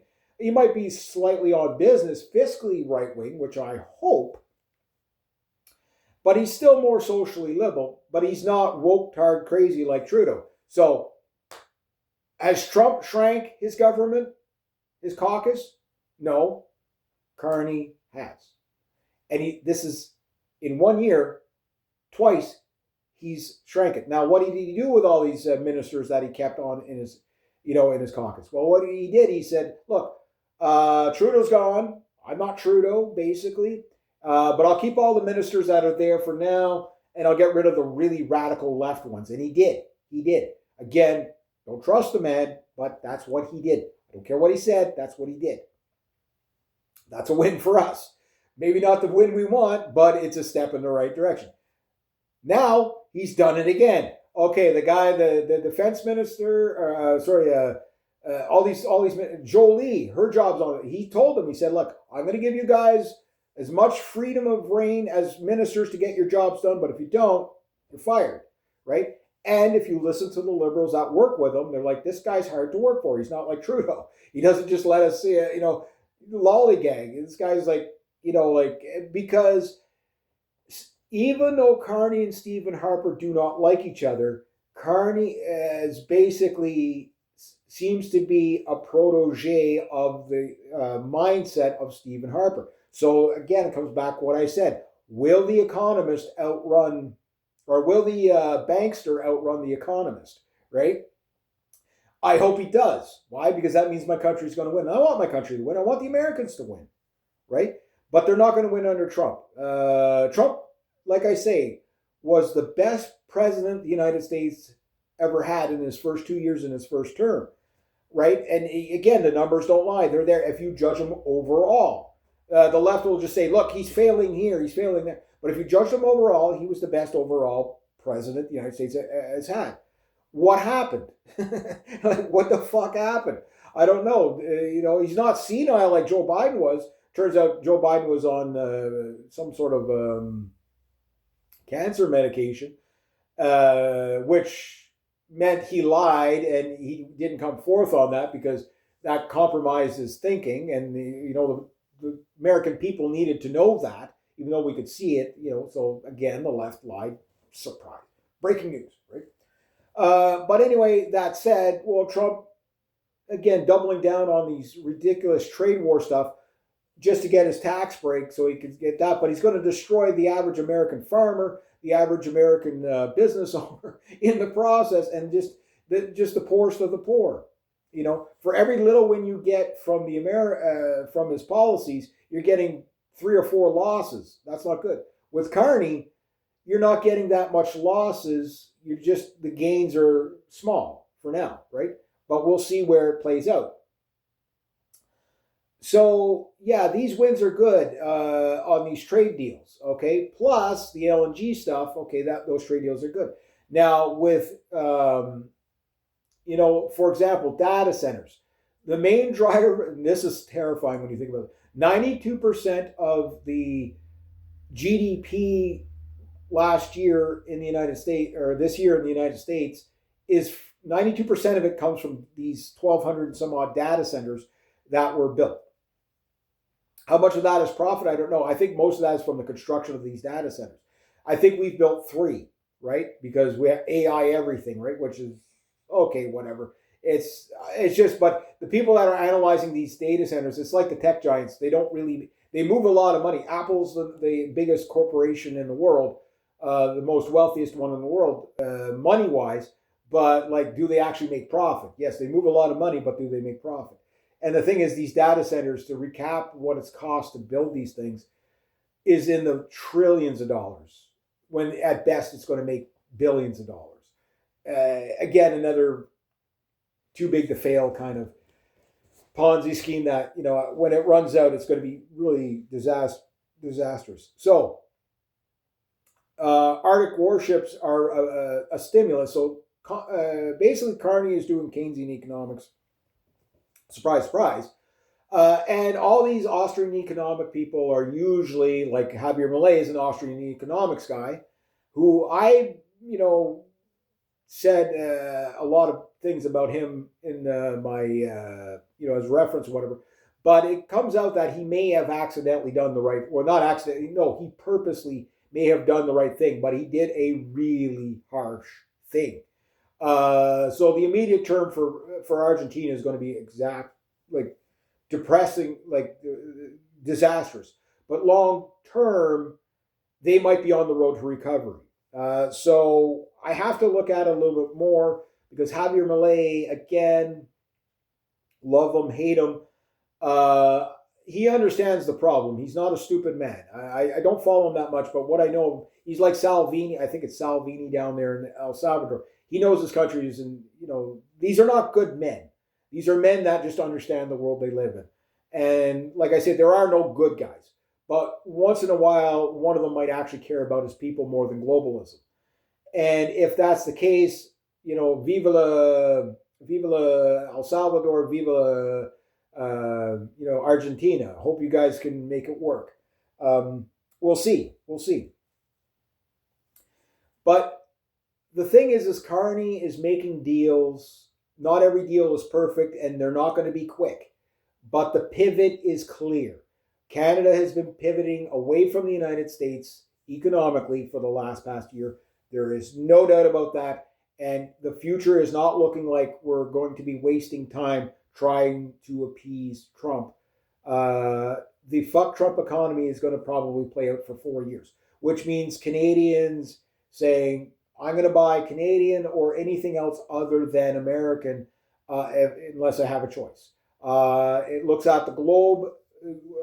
Like every country in the world, in the Western world, has a fuck Trump mentality. So they're looking to do trade deals with anybody other than the United States unless they necessarily have to. And there's a lot of joined at the hip stuff, so it's messy, right? So the F-35, I think Carney will probably make good on that. Say, okay, no, bring the 16, but Trump will probably say, okay, make sure they don't get parts. You know what I mean? So, and if we even get them in the next decade, you know what I mean? So by that time, the F-35 program could be a nothing burger, especially if the war in Venezuela really embarrassingly fails. And Iran. Like Iran is going to kill the F-35 program because they're going to shoot them down. A lot of people that have bought the F-35 are terrified because of Trump's statement about, shutting off the F-35s, whatever, Raytheon trying to come out there going, hey, no, we won't do that to you. But they have the ability to do that. They can cut the satellite link. I don't know if they can shut the airplane off in flight and crash it, but they can shut the data links. That they can do. And nobody trusts Trump. So it's like, okay, this is why the UK and Israel, when they bought the F-35s, Israel would have been given the F-35s, they put their own data links in it and stuff like that so that it wasn't, the Americans couldn't control it, right? So people are looking at these and they're defense deals. They need trusted partners. The United States, the biggest betrayal Trump did to the Americans is betraying the trust where people don't trust a deal, they don't trust making deals with the United States. That is bad for business. The Chinese, nobody trusts the Chinese, but when you make a deal with them, a deal is kind of a deal. Canada, you make a deal with them, and Canada is one of the most liked countries on the planet, whether it's fair or not. We do have that stereotype in our favor. You make a deal with us, it's a deal, and then, okay, if you want to renegotiate the deal, you renegotiate the deal. Sometimes you have to pass a deal to see if it's going to work. You know what I mean? Whatever. So Carney knows that he's more interested in talking to people in Dubai, in Southeast Asia, in South Korea particularly, and the UK, and in France, and Germany, Greece, Spain, Italy, all these new trade partners that were the Nordic countries. He knows that's where he's got to put his attention because that's going to be our saving grace to outrun the collapse of the United States because he sees the writing on the wall. Trump's policies are absolute disaster. And yes, at this point, you could say it is Carney's economy. It is Trump's economy. Usually it takes about 2 or 3 years. Like, for example, when Barack Obama came in, love him or hate him, he inherited George Bush's economy. So for the first 2 years, it's like, well, can you really bash, I remember one guy said it clear. He goes like, look, is it that it's Obama's economy and he's incompetent, or that he inherited such a shitbag from George Bush and nobody's willing to work with him? And there was a little column A, a little column B. But after the second year, it's like, no, that's Obama's economy. After the second year of Biden, no, that's Biden's economy. So it takes a while for policy to work. Even my cousin, she was saying, like, these policies don't happen overnight. But most people don't understand that because they watch the news and said, oh, these partners made and they shook hands, therefore it's a trade deal. No, the whole supply chain takes forever. Like NAFTA took 30 years to come in and now it's dying. And we have to work on supply chain 2.0 globally. That's going to be a 30-year mess in itself. You know what I mean? You better get on the bandwagon now, right?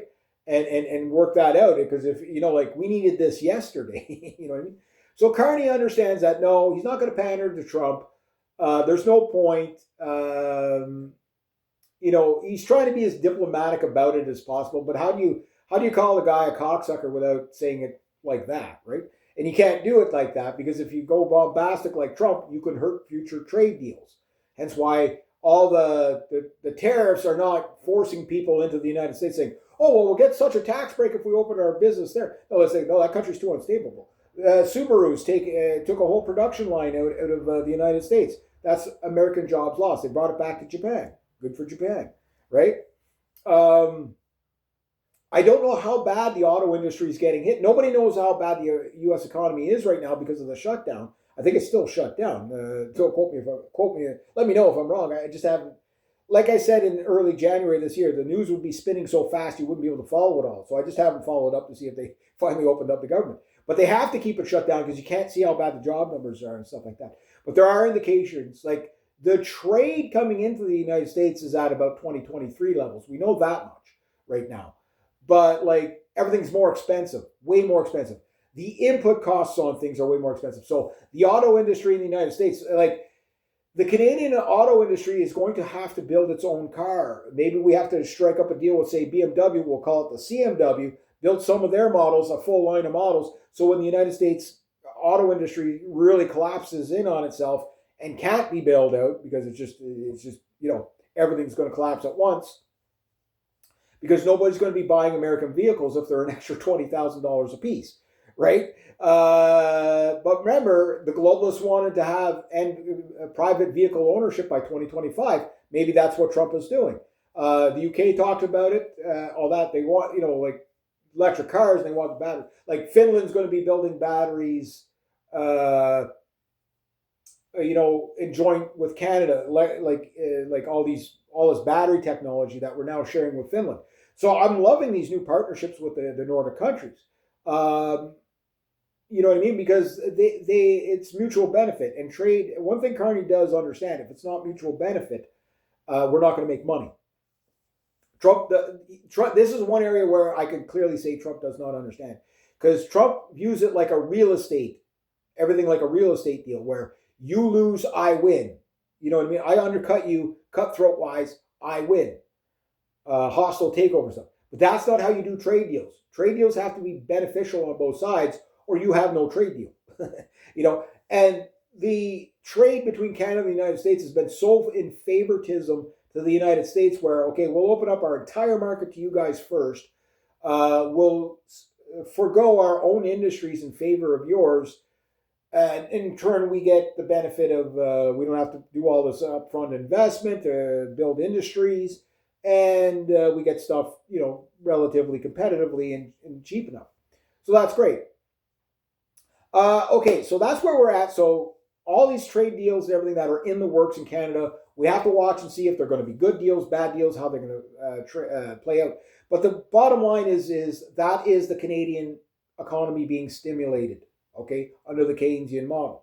Now, if we look at the budget for Canada, okay, this year's budget that Carney finally put out, yes, it was late in coming. He said he was going to have it in 30 days. Then it was going to be, okay, well, we'll get it after the summer break in August. And then, okay, it'll be ready for October. It came out in November. Okay, well, we got it. Again, going from 10 years of no budget to we got a budget in the first 8 months, 9 months of the new guy in such a disastrous situation of the everything crisis in Canada, from housing to poverty to suicide to migration, list goes on and on, tariff wars, everything, right? He's managed to pull out a budget. Now the budget, the second half of the budget, the investment part. Now, what people are arguing over is what's investment, what is operational cost. The dispute is over about $96 billion. I'm like, it doesn't matter. It doesn't matter. What matters is $78 billion, because that's the cost overrun. That's the only number that matters. Everything else under that is bickering over where it's best spent. But what Carney has done, promising all this massive spending, and Pierre Poilievre did it too, and in all fairness, Pierre Poilievre is turning out to be a fantastic non-prime minister, because the prime minister stole a quarter of his platform. And I said this about Pierre Poilievre many times, that if he could only implement 5% of his platform and get it done, he would probably bring us back to Stephen Harper level quality of life, which is the best quality of life Canadians have ever experienced. whether you like the man or not. That's what it was by the numbers, right?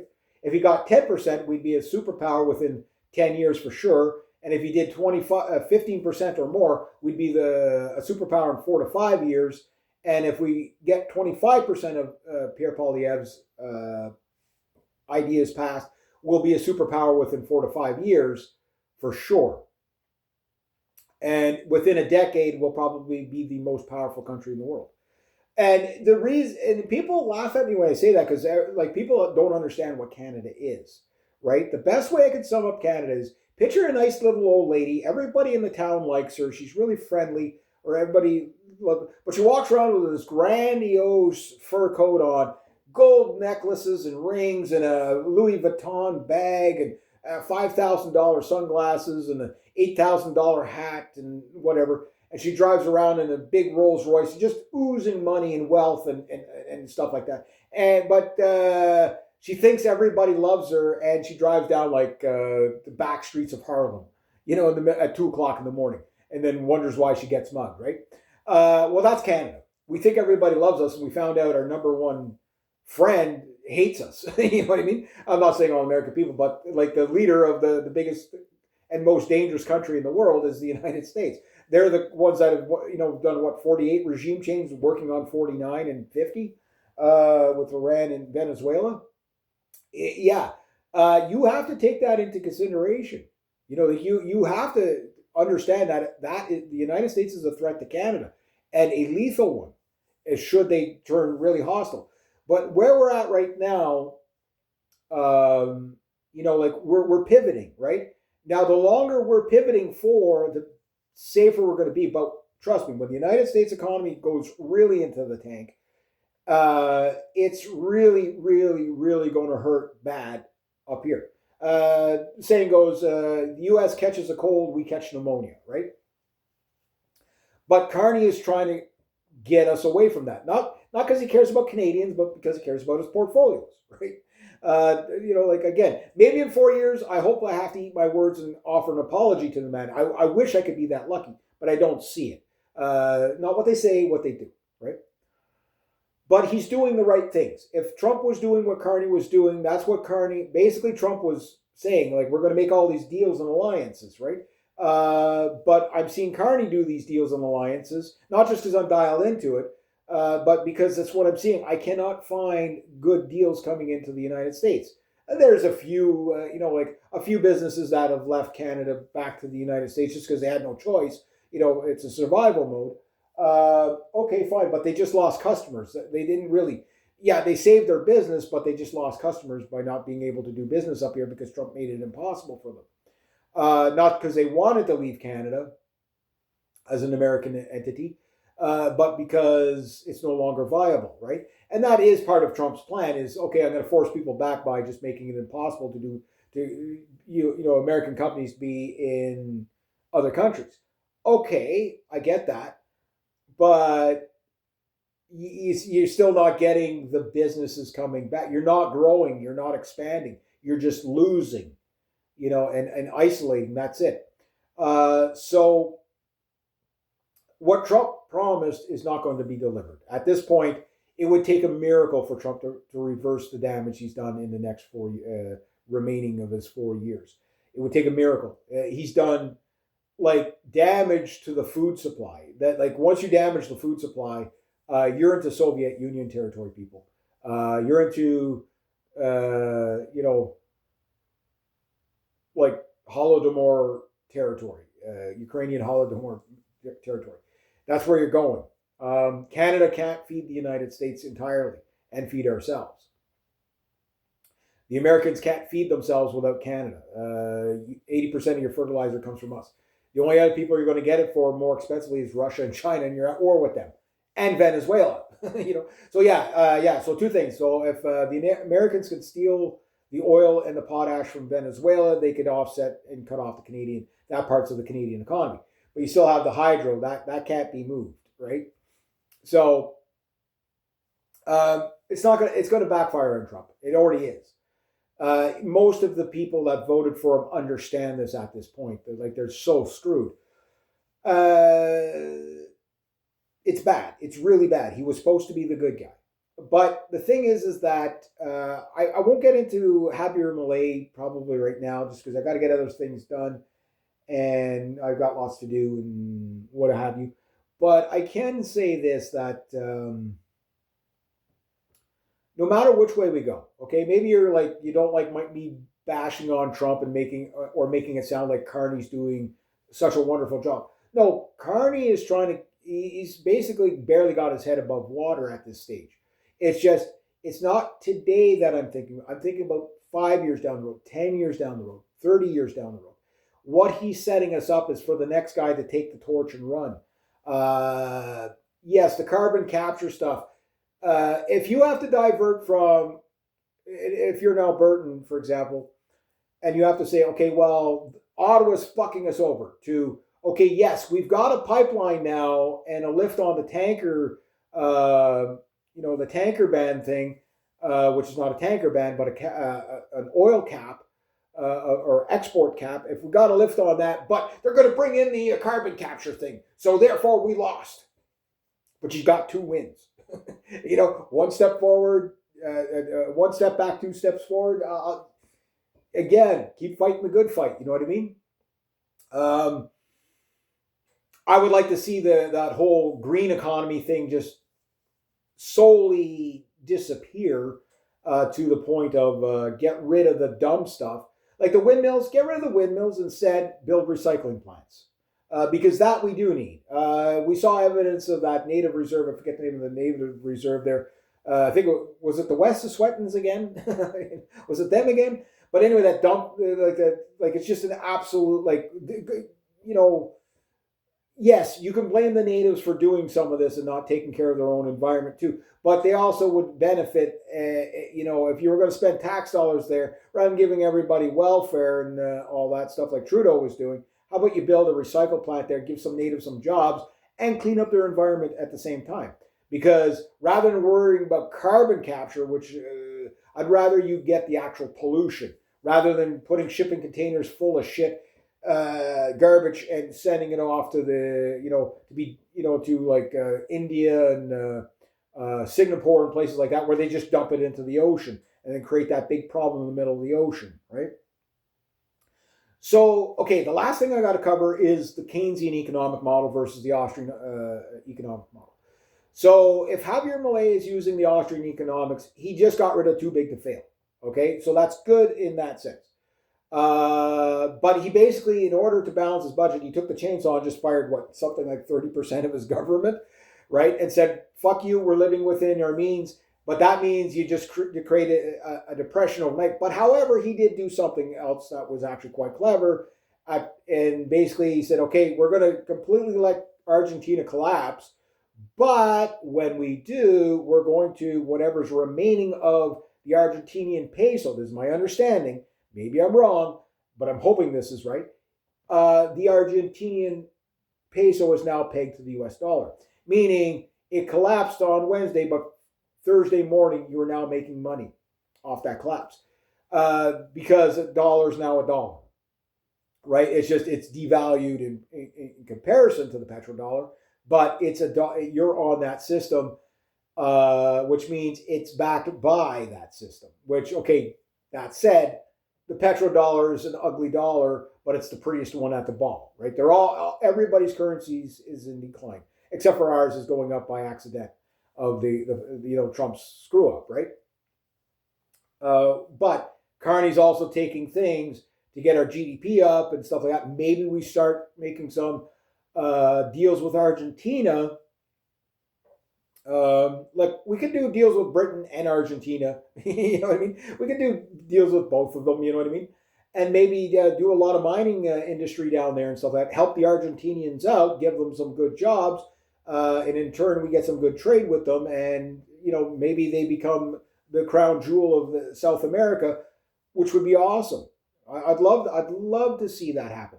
But pulling the Band-Aid off like that has probably killed a lot of people in poverty. The UN came out and said Argentina was basically going to see the child poverty spike from 35% to 71% under Javier Milei. It's dropped to 31%. Ferdinand from the Modern Survivalist, he's an Argentinian. He lived already through the previous Argentinian currency collapse. And he was out there giving praise. So I was kind of like, no, Javier Milei just did like the dumbest thing ever and whatever. So maybe I owe the man an apology, but we'll have to wait and see. But what he did was basically what Trump could never do. And not even if Trump wanted to do it. He couldn't do it just because his country would be in civil war overnight over this, and millions would die just through whatever. You saw what happened with the SNAP program, right? Now, the way Trump went about it wasn't the right way, but there is some benefit to it, even though I was critiquing it and whatever. Yes, they are starting to go after able-bodied people and saying, look, if you want your SNAP benefit back, you have to, be looking for a job and stuff like that, or else you're not going to get it. Okay, fine, but do it at a pace that you don't trigger food riots, right? That's where I take issue, because you're going to lose the plot if you do. So we'll see how that one plays out. But for Javier Milei, what he literally did was, now I don't know if he has a balanced budget, but it sounds that's what he did, is he balanced the budget overnight, right?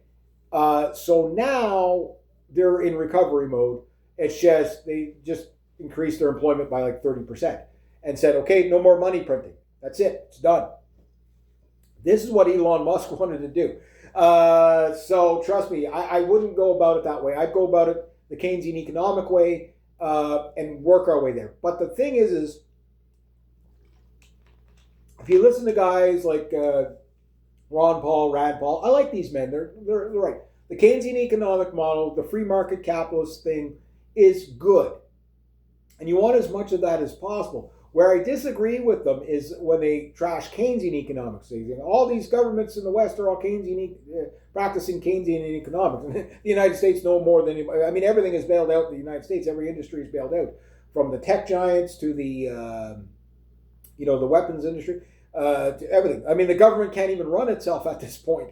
But what Carney is doing is Keynesian economics. But what happens is the stimulus part. But the way Keynesian economics does is it doesn't have a too big to fail mentality where you just pull the Band-Aid off, you fire everybody, you balance your budget overnight, but then you create either a recession at best or a massive depression, right? Because you just fired 30% of your working population, right? But you have a balanced budget. But the thing is now you have no services, you have to live within your means, and some of these services are services that keep people alive, right? So that is a very tough Band-Aid to pull off, because the fallout of it kills people, right? And this is what Javier Milei has just done, the Austrian economic thing. The other downside to Austrian economics is basically open markets. This is why Canada is intertwined with the United States so much, is because we completely opened our market. There's no protections. A nationalist economy, I think, is a better one, with a fair trade system versus a free trade system. The free trade is not really free trade. It didn't work out like that, but that's another topic for another time. You need to have some protectionism, stuff like that. The Americans do, they've already had supply chain management, and I know, again, some people like Reg, I hate supply chain management. Yes, but there is benefits, vines and vices to it. The main benefit is, is that by capping your production, is you don't oversaturate your own market, which has happened with the soybean farmers in the States, where they could just produce as much as they want, which drops the price of their crops, which means they make less profit.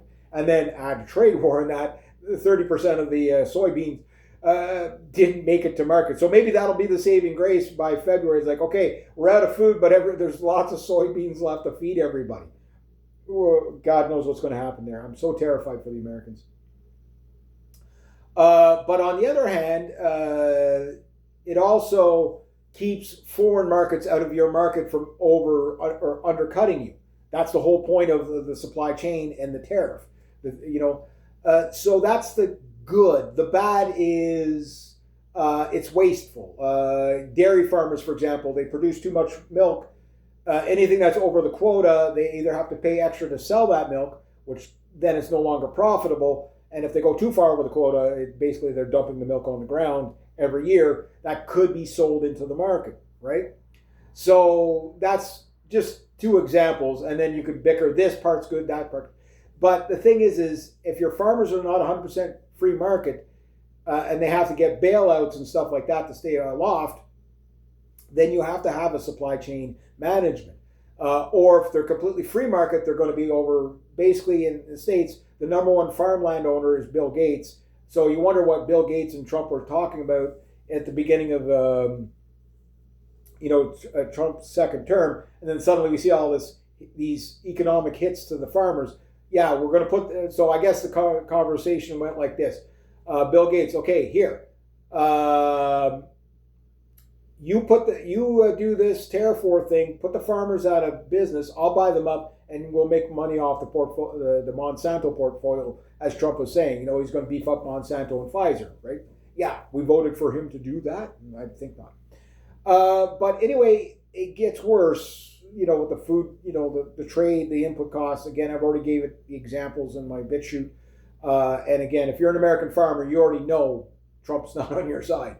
And many farmers voted for him. But what the ultimate betrayal of the American people is that they might be starving to death. And you can't find this out because the government shut down. You can't get the statistics, right? This is what you need to know, guys. Not, this is the good guy, this is the bad. This is what you need to know, because that's going to make a difference whether you can feed your family or not. So if you haven't bought food for January, February, March, April, May, June, July, August, September, October, because that's when the next crops are going to be due. You know what I mean? You're going to starve. So the Keynesian economic model. Basically, you stimulate your economy. So let's look at the Canadian budget. So we're $78 billion over budget. Okay, that's too much. But I have a hunch, we'll have to wait and see. And this is not giving the man the benefit of the doubt, but I'm saying he's weaselly enough that he would probably have done this. Because I would do this, I do this in my regular life. Let's say I'm going to owe $85 at the end of the month. Okay, $85. Okay, I will budget $100 in case I end up owing $95 at the end of the month, right? Math makes sense. You're covering your ass, whatever. Okay, let's say you inherit an economy and you're going to be $42 billion over budget. Okay, at best. It might be as high as $56 billion over budget.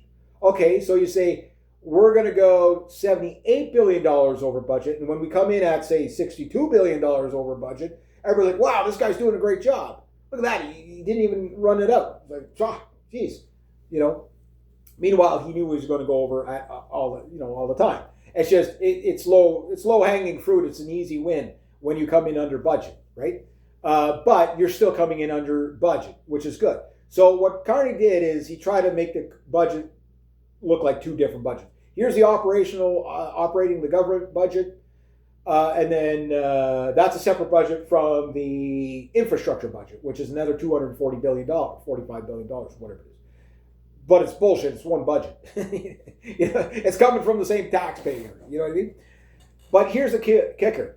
Of these massive expending, infrastructure spending, which is taking place, okay, the complaint on the right is, but $200 billion of that $240 billion, or whatever it is basically servicing the debt. Which, okay, we're servicing the debt? You mean like Trudeau didn't do? Hardly at all? Because budgets balance themselves? Okay, so, what would it cost to service the entire debt? Well, that means massive austerity, government layoffs. You're talking $78 billion worth of government layoffs. So what Carney's proposing in his budget, again, what he says, what's out there in print, what the Liberal Party is going to be held to account for, is that he said he's going to cut 40,000 jobs. But he just hired 40,000 consultants on day one and printed $500 million to keep the government going, right?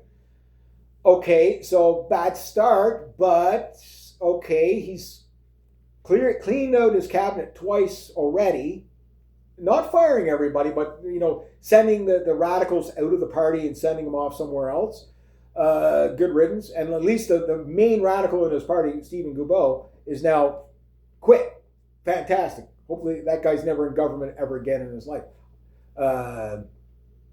He can go move in with Greta Thunberg or something like that. How dare he? But yeah, so Carney is this $240 billion. Okay, $40 billion is the stimulus. That's what's going to pay for the ships. That's what's going to pay for expanding our shipyards. That's what's going to pay for this infrastructure, that infrastructure. The mega train from Montreal to Toronto, if that ever gets built, that'd be like 50 years to build that thing. But if they want to try, that's a good make-work project for keeping the money. It's like taking the Avro Arrow on steroids. Okay, fine. Okay, we don't have the industry. Well, maybe we become the world's supplier of Bombardier starts building more trains, and we can supply them around the world, high-speed trains. Let's get into that. Well, at least we get the infrastructure out of it, okay? And the money stays in the economy, like what was going to do with the Avro Arrow before we killed our own industries. So that's the stimulus on the economy. But out of that stimulus, $200 billion is going towards the debt. So now that's just servicing the debt.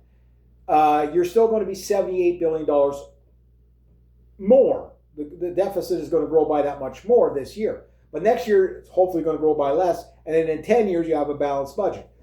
10 years to balance the budget is the least painful way we could go. Right? Javier Milei did it overnight. That will kill people. That would kill so many Canadians because the hospital closures. Just that alone, right? It's bad enough as it is. People would be starving to death in the streets just because there wouldn't be enough money out there, right?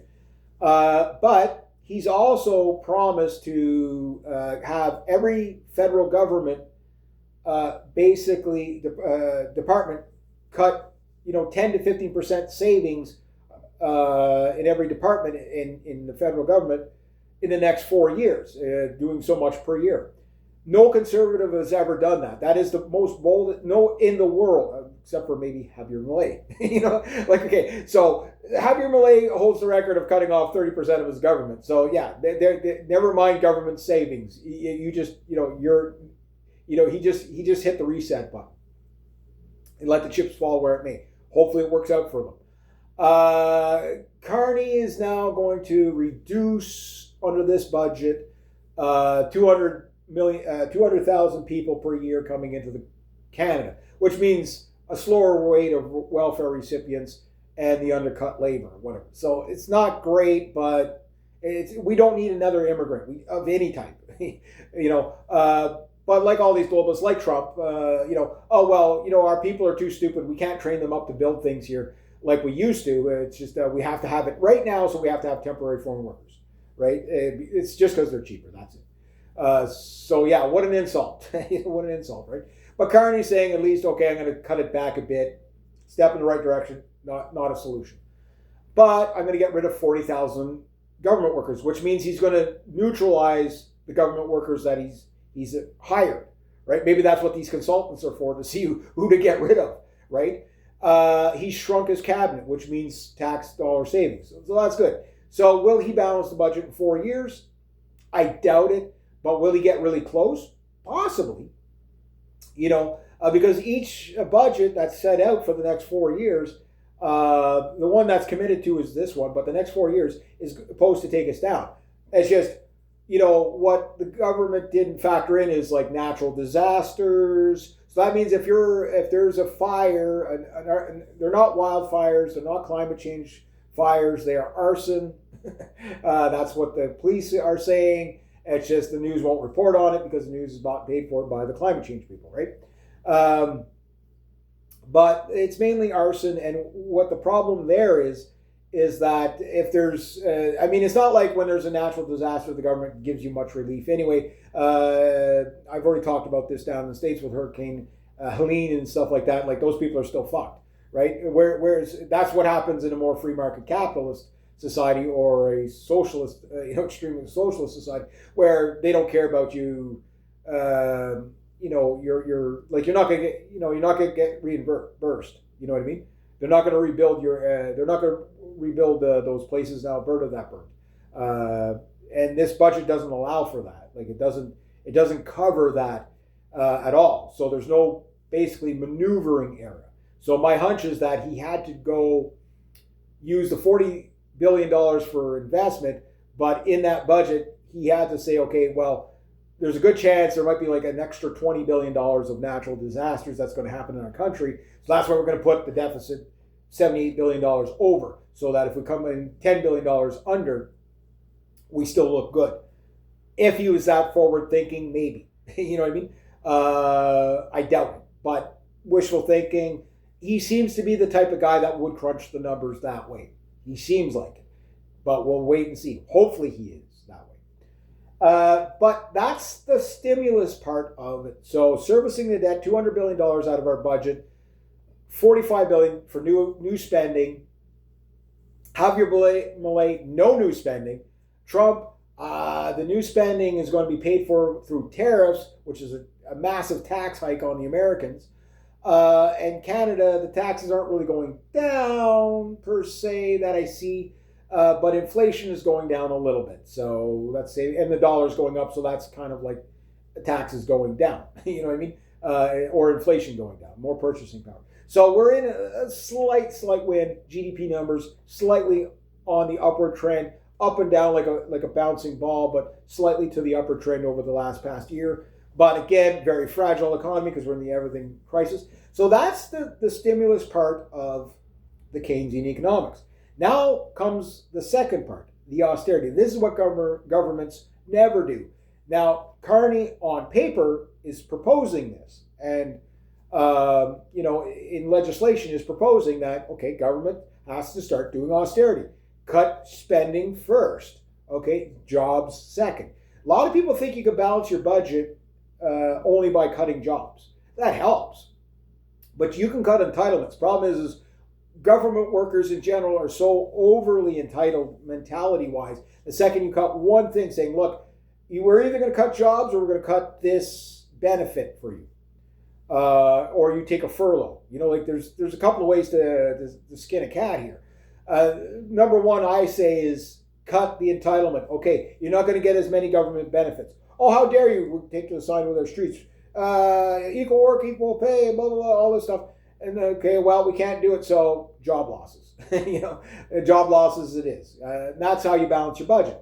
But you stimulate the economy. While the economy is under stimulation, you balance your budget back to fiscal responsibility. That is Keynesian economics. So as you see, when you hear all these Austrian economic guys say, Keynesian economics is the worst ever because all our governments are Keynesian. They're not Keynesian. They do part one, stimulate the economy or buy people free shit, but it's pay me now, pay me later. The idea is to stimulate the economy to give yourself time to make the necessary cuts without too much disruption so that you can allow the private sector to take over through, say, deregulating small businesses, which is the number one driver in the Canadian economy. In the American, big corporations are the number one driver. I'd rather be in a country where small business is the number one driver because it's more redundancy and it's actually easier if you give all the small business owners a tax break. That is a better solution because they can do more business and they don't all need bailouts. One might fail, but 10,000 are still fine, right? So we'll see what Carney does there, but that's what he has promised. His government has promised is that they're going to shrink the government by 40,000, hardly a drop in the bucket. But if you do that 4 years in a row, out of the 4 million government workers in Canada, which is basically provincial, federally, municipal, and government and public works and arm's length, if you add all that in, it's about 4 million people, or about 10% of our population. That's what you have to balance the government. But that said, Stephen Harper, with an expanded government, still balanced the budget somehow. Sure, it was the 11th hour, but he found enough cuts to do it without laying off a ridiculous amount of people. The government was still growing. I would like to see the government shrink, get rid of the woke stuff, which Carney has gotten rid of some of the most woke MPs that we've seen, or ministers that we've seen. Right? Get rid of those guys. That's a step in the right direction. Now, is he doing it for the right reasons? I don't know. I think he's just doing it so to get more people that are more open-minded for business. so that there's less pandering to the radical left. So far, like I say, getting rid of the gun grab safety minister, maybe it's just because the optics are so bad that he's just, okay, well, you go over there now. That's your new position. Get rid of Bill Blair. Get rid of Stephen Guilbeault. These are great. Melanie Jolie, not sure what's going to happen to her. She might become the ambassador to France, but that she might be just getting fired. See you later. I mean, she stepped up at the last minute per se, but for the last past 10 years, she's been a Trudeau true believer. So, yeah, there's that. You know, she needs to pay. You know, I mean, she needs to pay. I think if she would have started in a position under Carney, she probably would have done what she's doing now and not been too bad. But, you know, anybody that followed the Trudeau line, like Carney is really trying to make the Liberal Party his party, not the legacy party of Trudeau, because it's so tainted. And I'm sure this is not coming from Carney, but his donor class saying, we went too far with the woke. People absolutely fucking hate us. Let's get us back to the center. And the only way you're going to do that is play ball with the right. And the best way to do that is put money in everybody's pockets. So if that is the scam Carney's got going on, it's a win. You know, Trump is just like, let's destroy everything, let the free market sort it out. Which is, the free market, unfortunately, is why we can't compete with China. And all these like libertarian types that, oh, let's get rid of all the tariffs and everything like that. And all the protectionism and all that. Okay, well, you might as well just hand the keys to China because nobody can outcompete them. That's why I'm not a free market capitalist. You want as much free market capitalism as possible within your own country, such as breaking down trade barriers like Canada's doing provincially. Yeah, do that, but, you know, have enough nationalism to have sovereignty and protect your borders from foreigners overtaking your businesses. That said, is every trade deal we're going to be making a major win? No. But is it a step in the right direction overall? Yes. So there we go. Now I got to get other stuff done. And that should be a hopefully safe enough video to put on YouTube and give you something to really chew on. But that's where we are economically in Canada, the United States. The United States, I'm praying for you guys. Trump has been a disaster. He wasn't supposed to be. Carney, jury's still out. You know, his honeymoon is not over. People not ready to overthrow him yet, but in another election. But again, if he keeps doing Pierre Poilievre stuff, okay, I voted for Pierre. I lost, but I got what I wanted anyway. Yeah, call it a see it. And then we can bitch about everything else. But at least we might survive. The question is, can Canada outrun, you know, with an everything disaster economy and everything disaster crisis in Canada, the same way it is in the States and the UK and everything else, all done on purpose by us, by these globalists. Can our Canadian economy outrun the drowning man of the U.S. collapse? Remains to be seen. All right, there we go.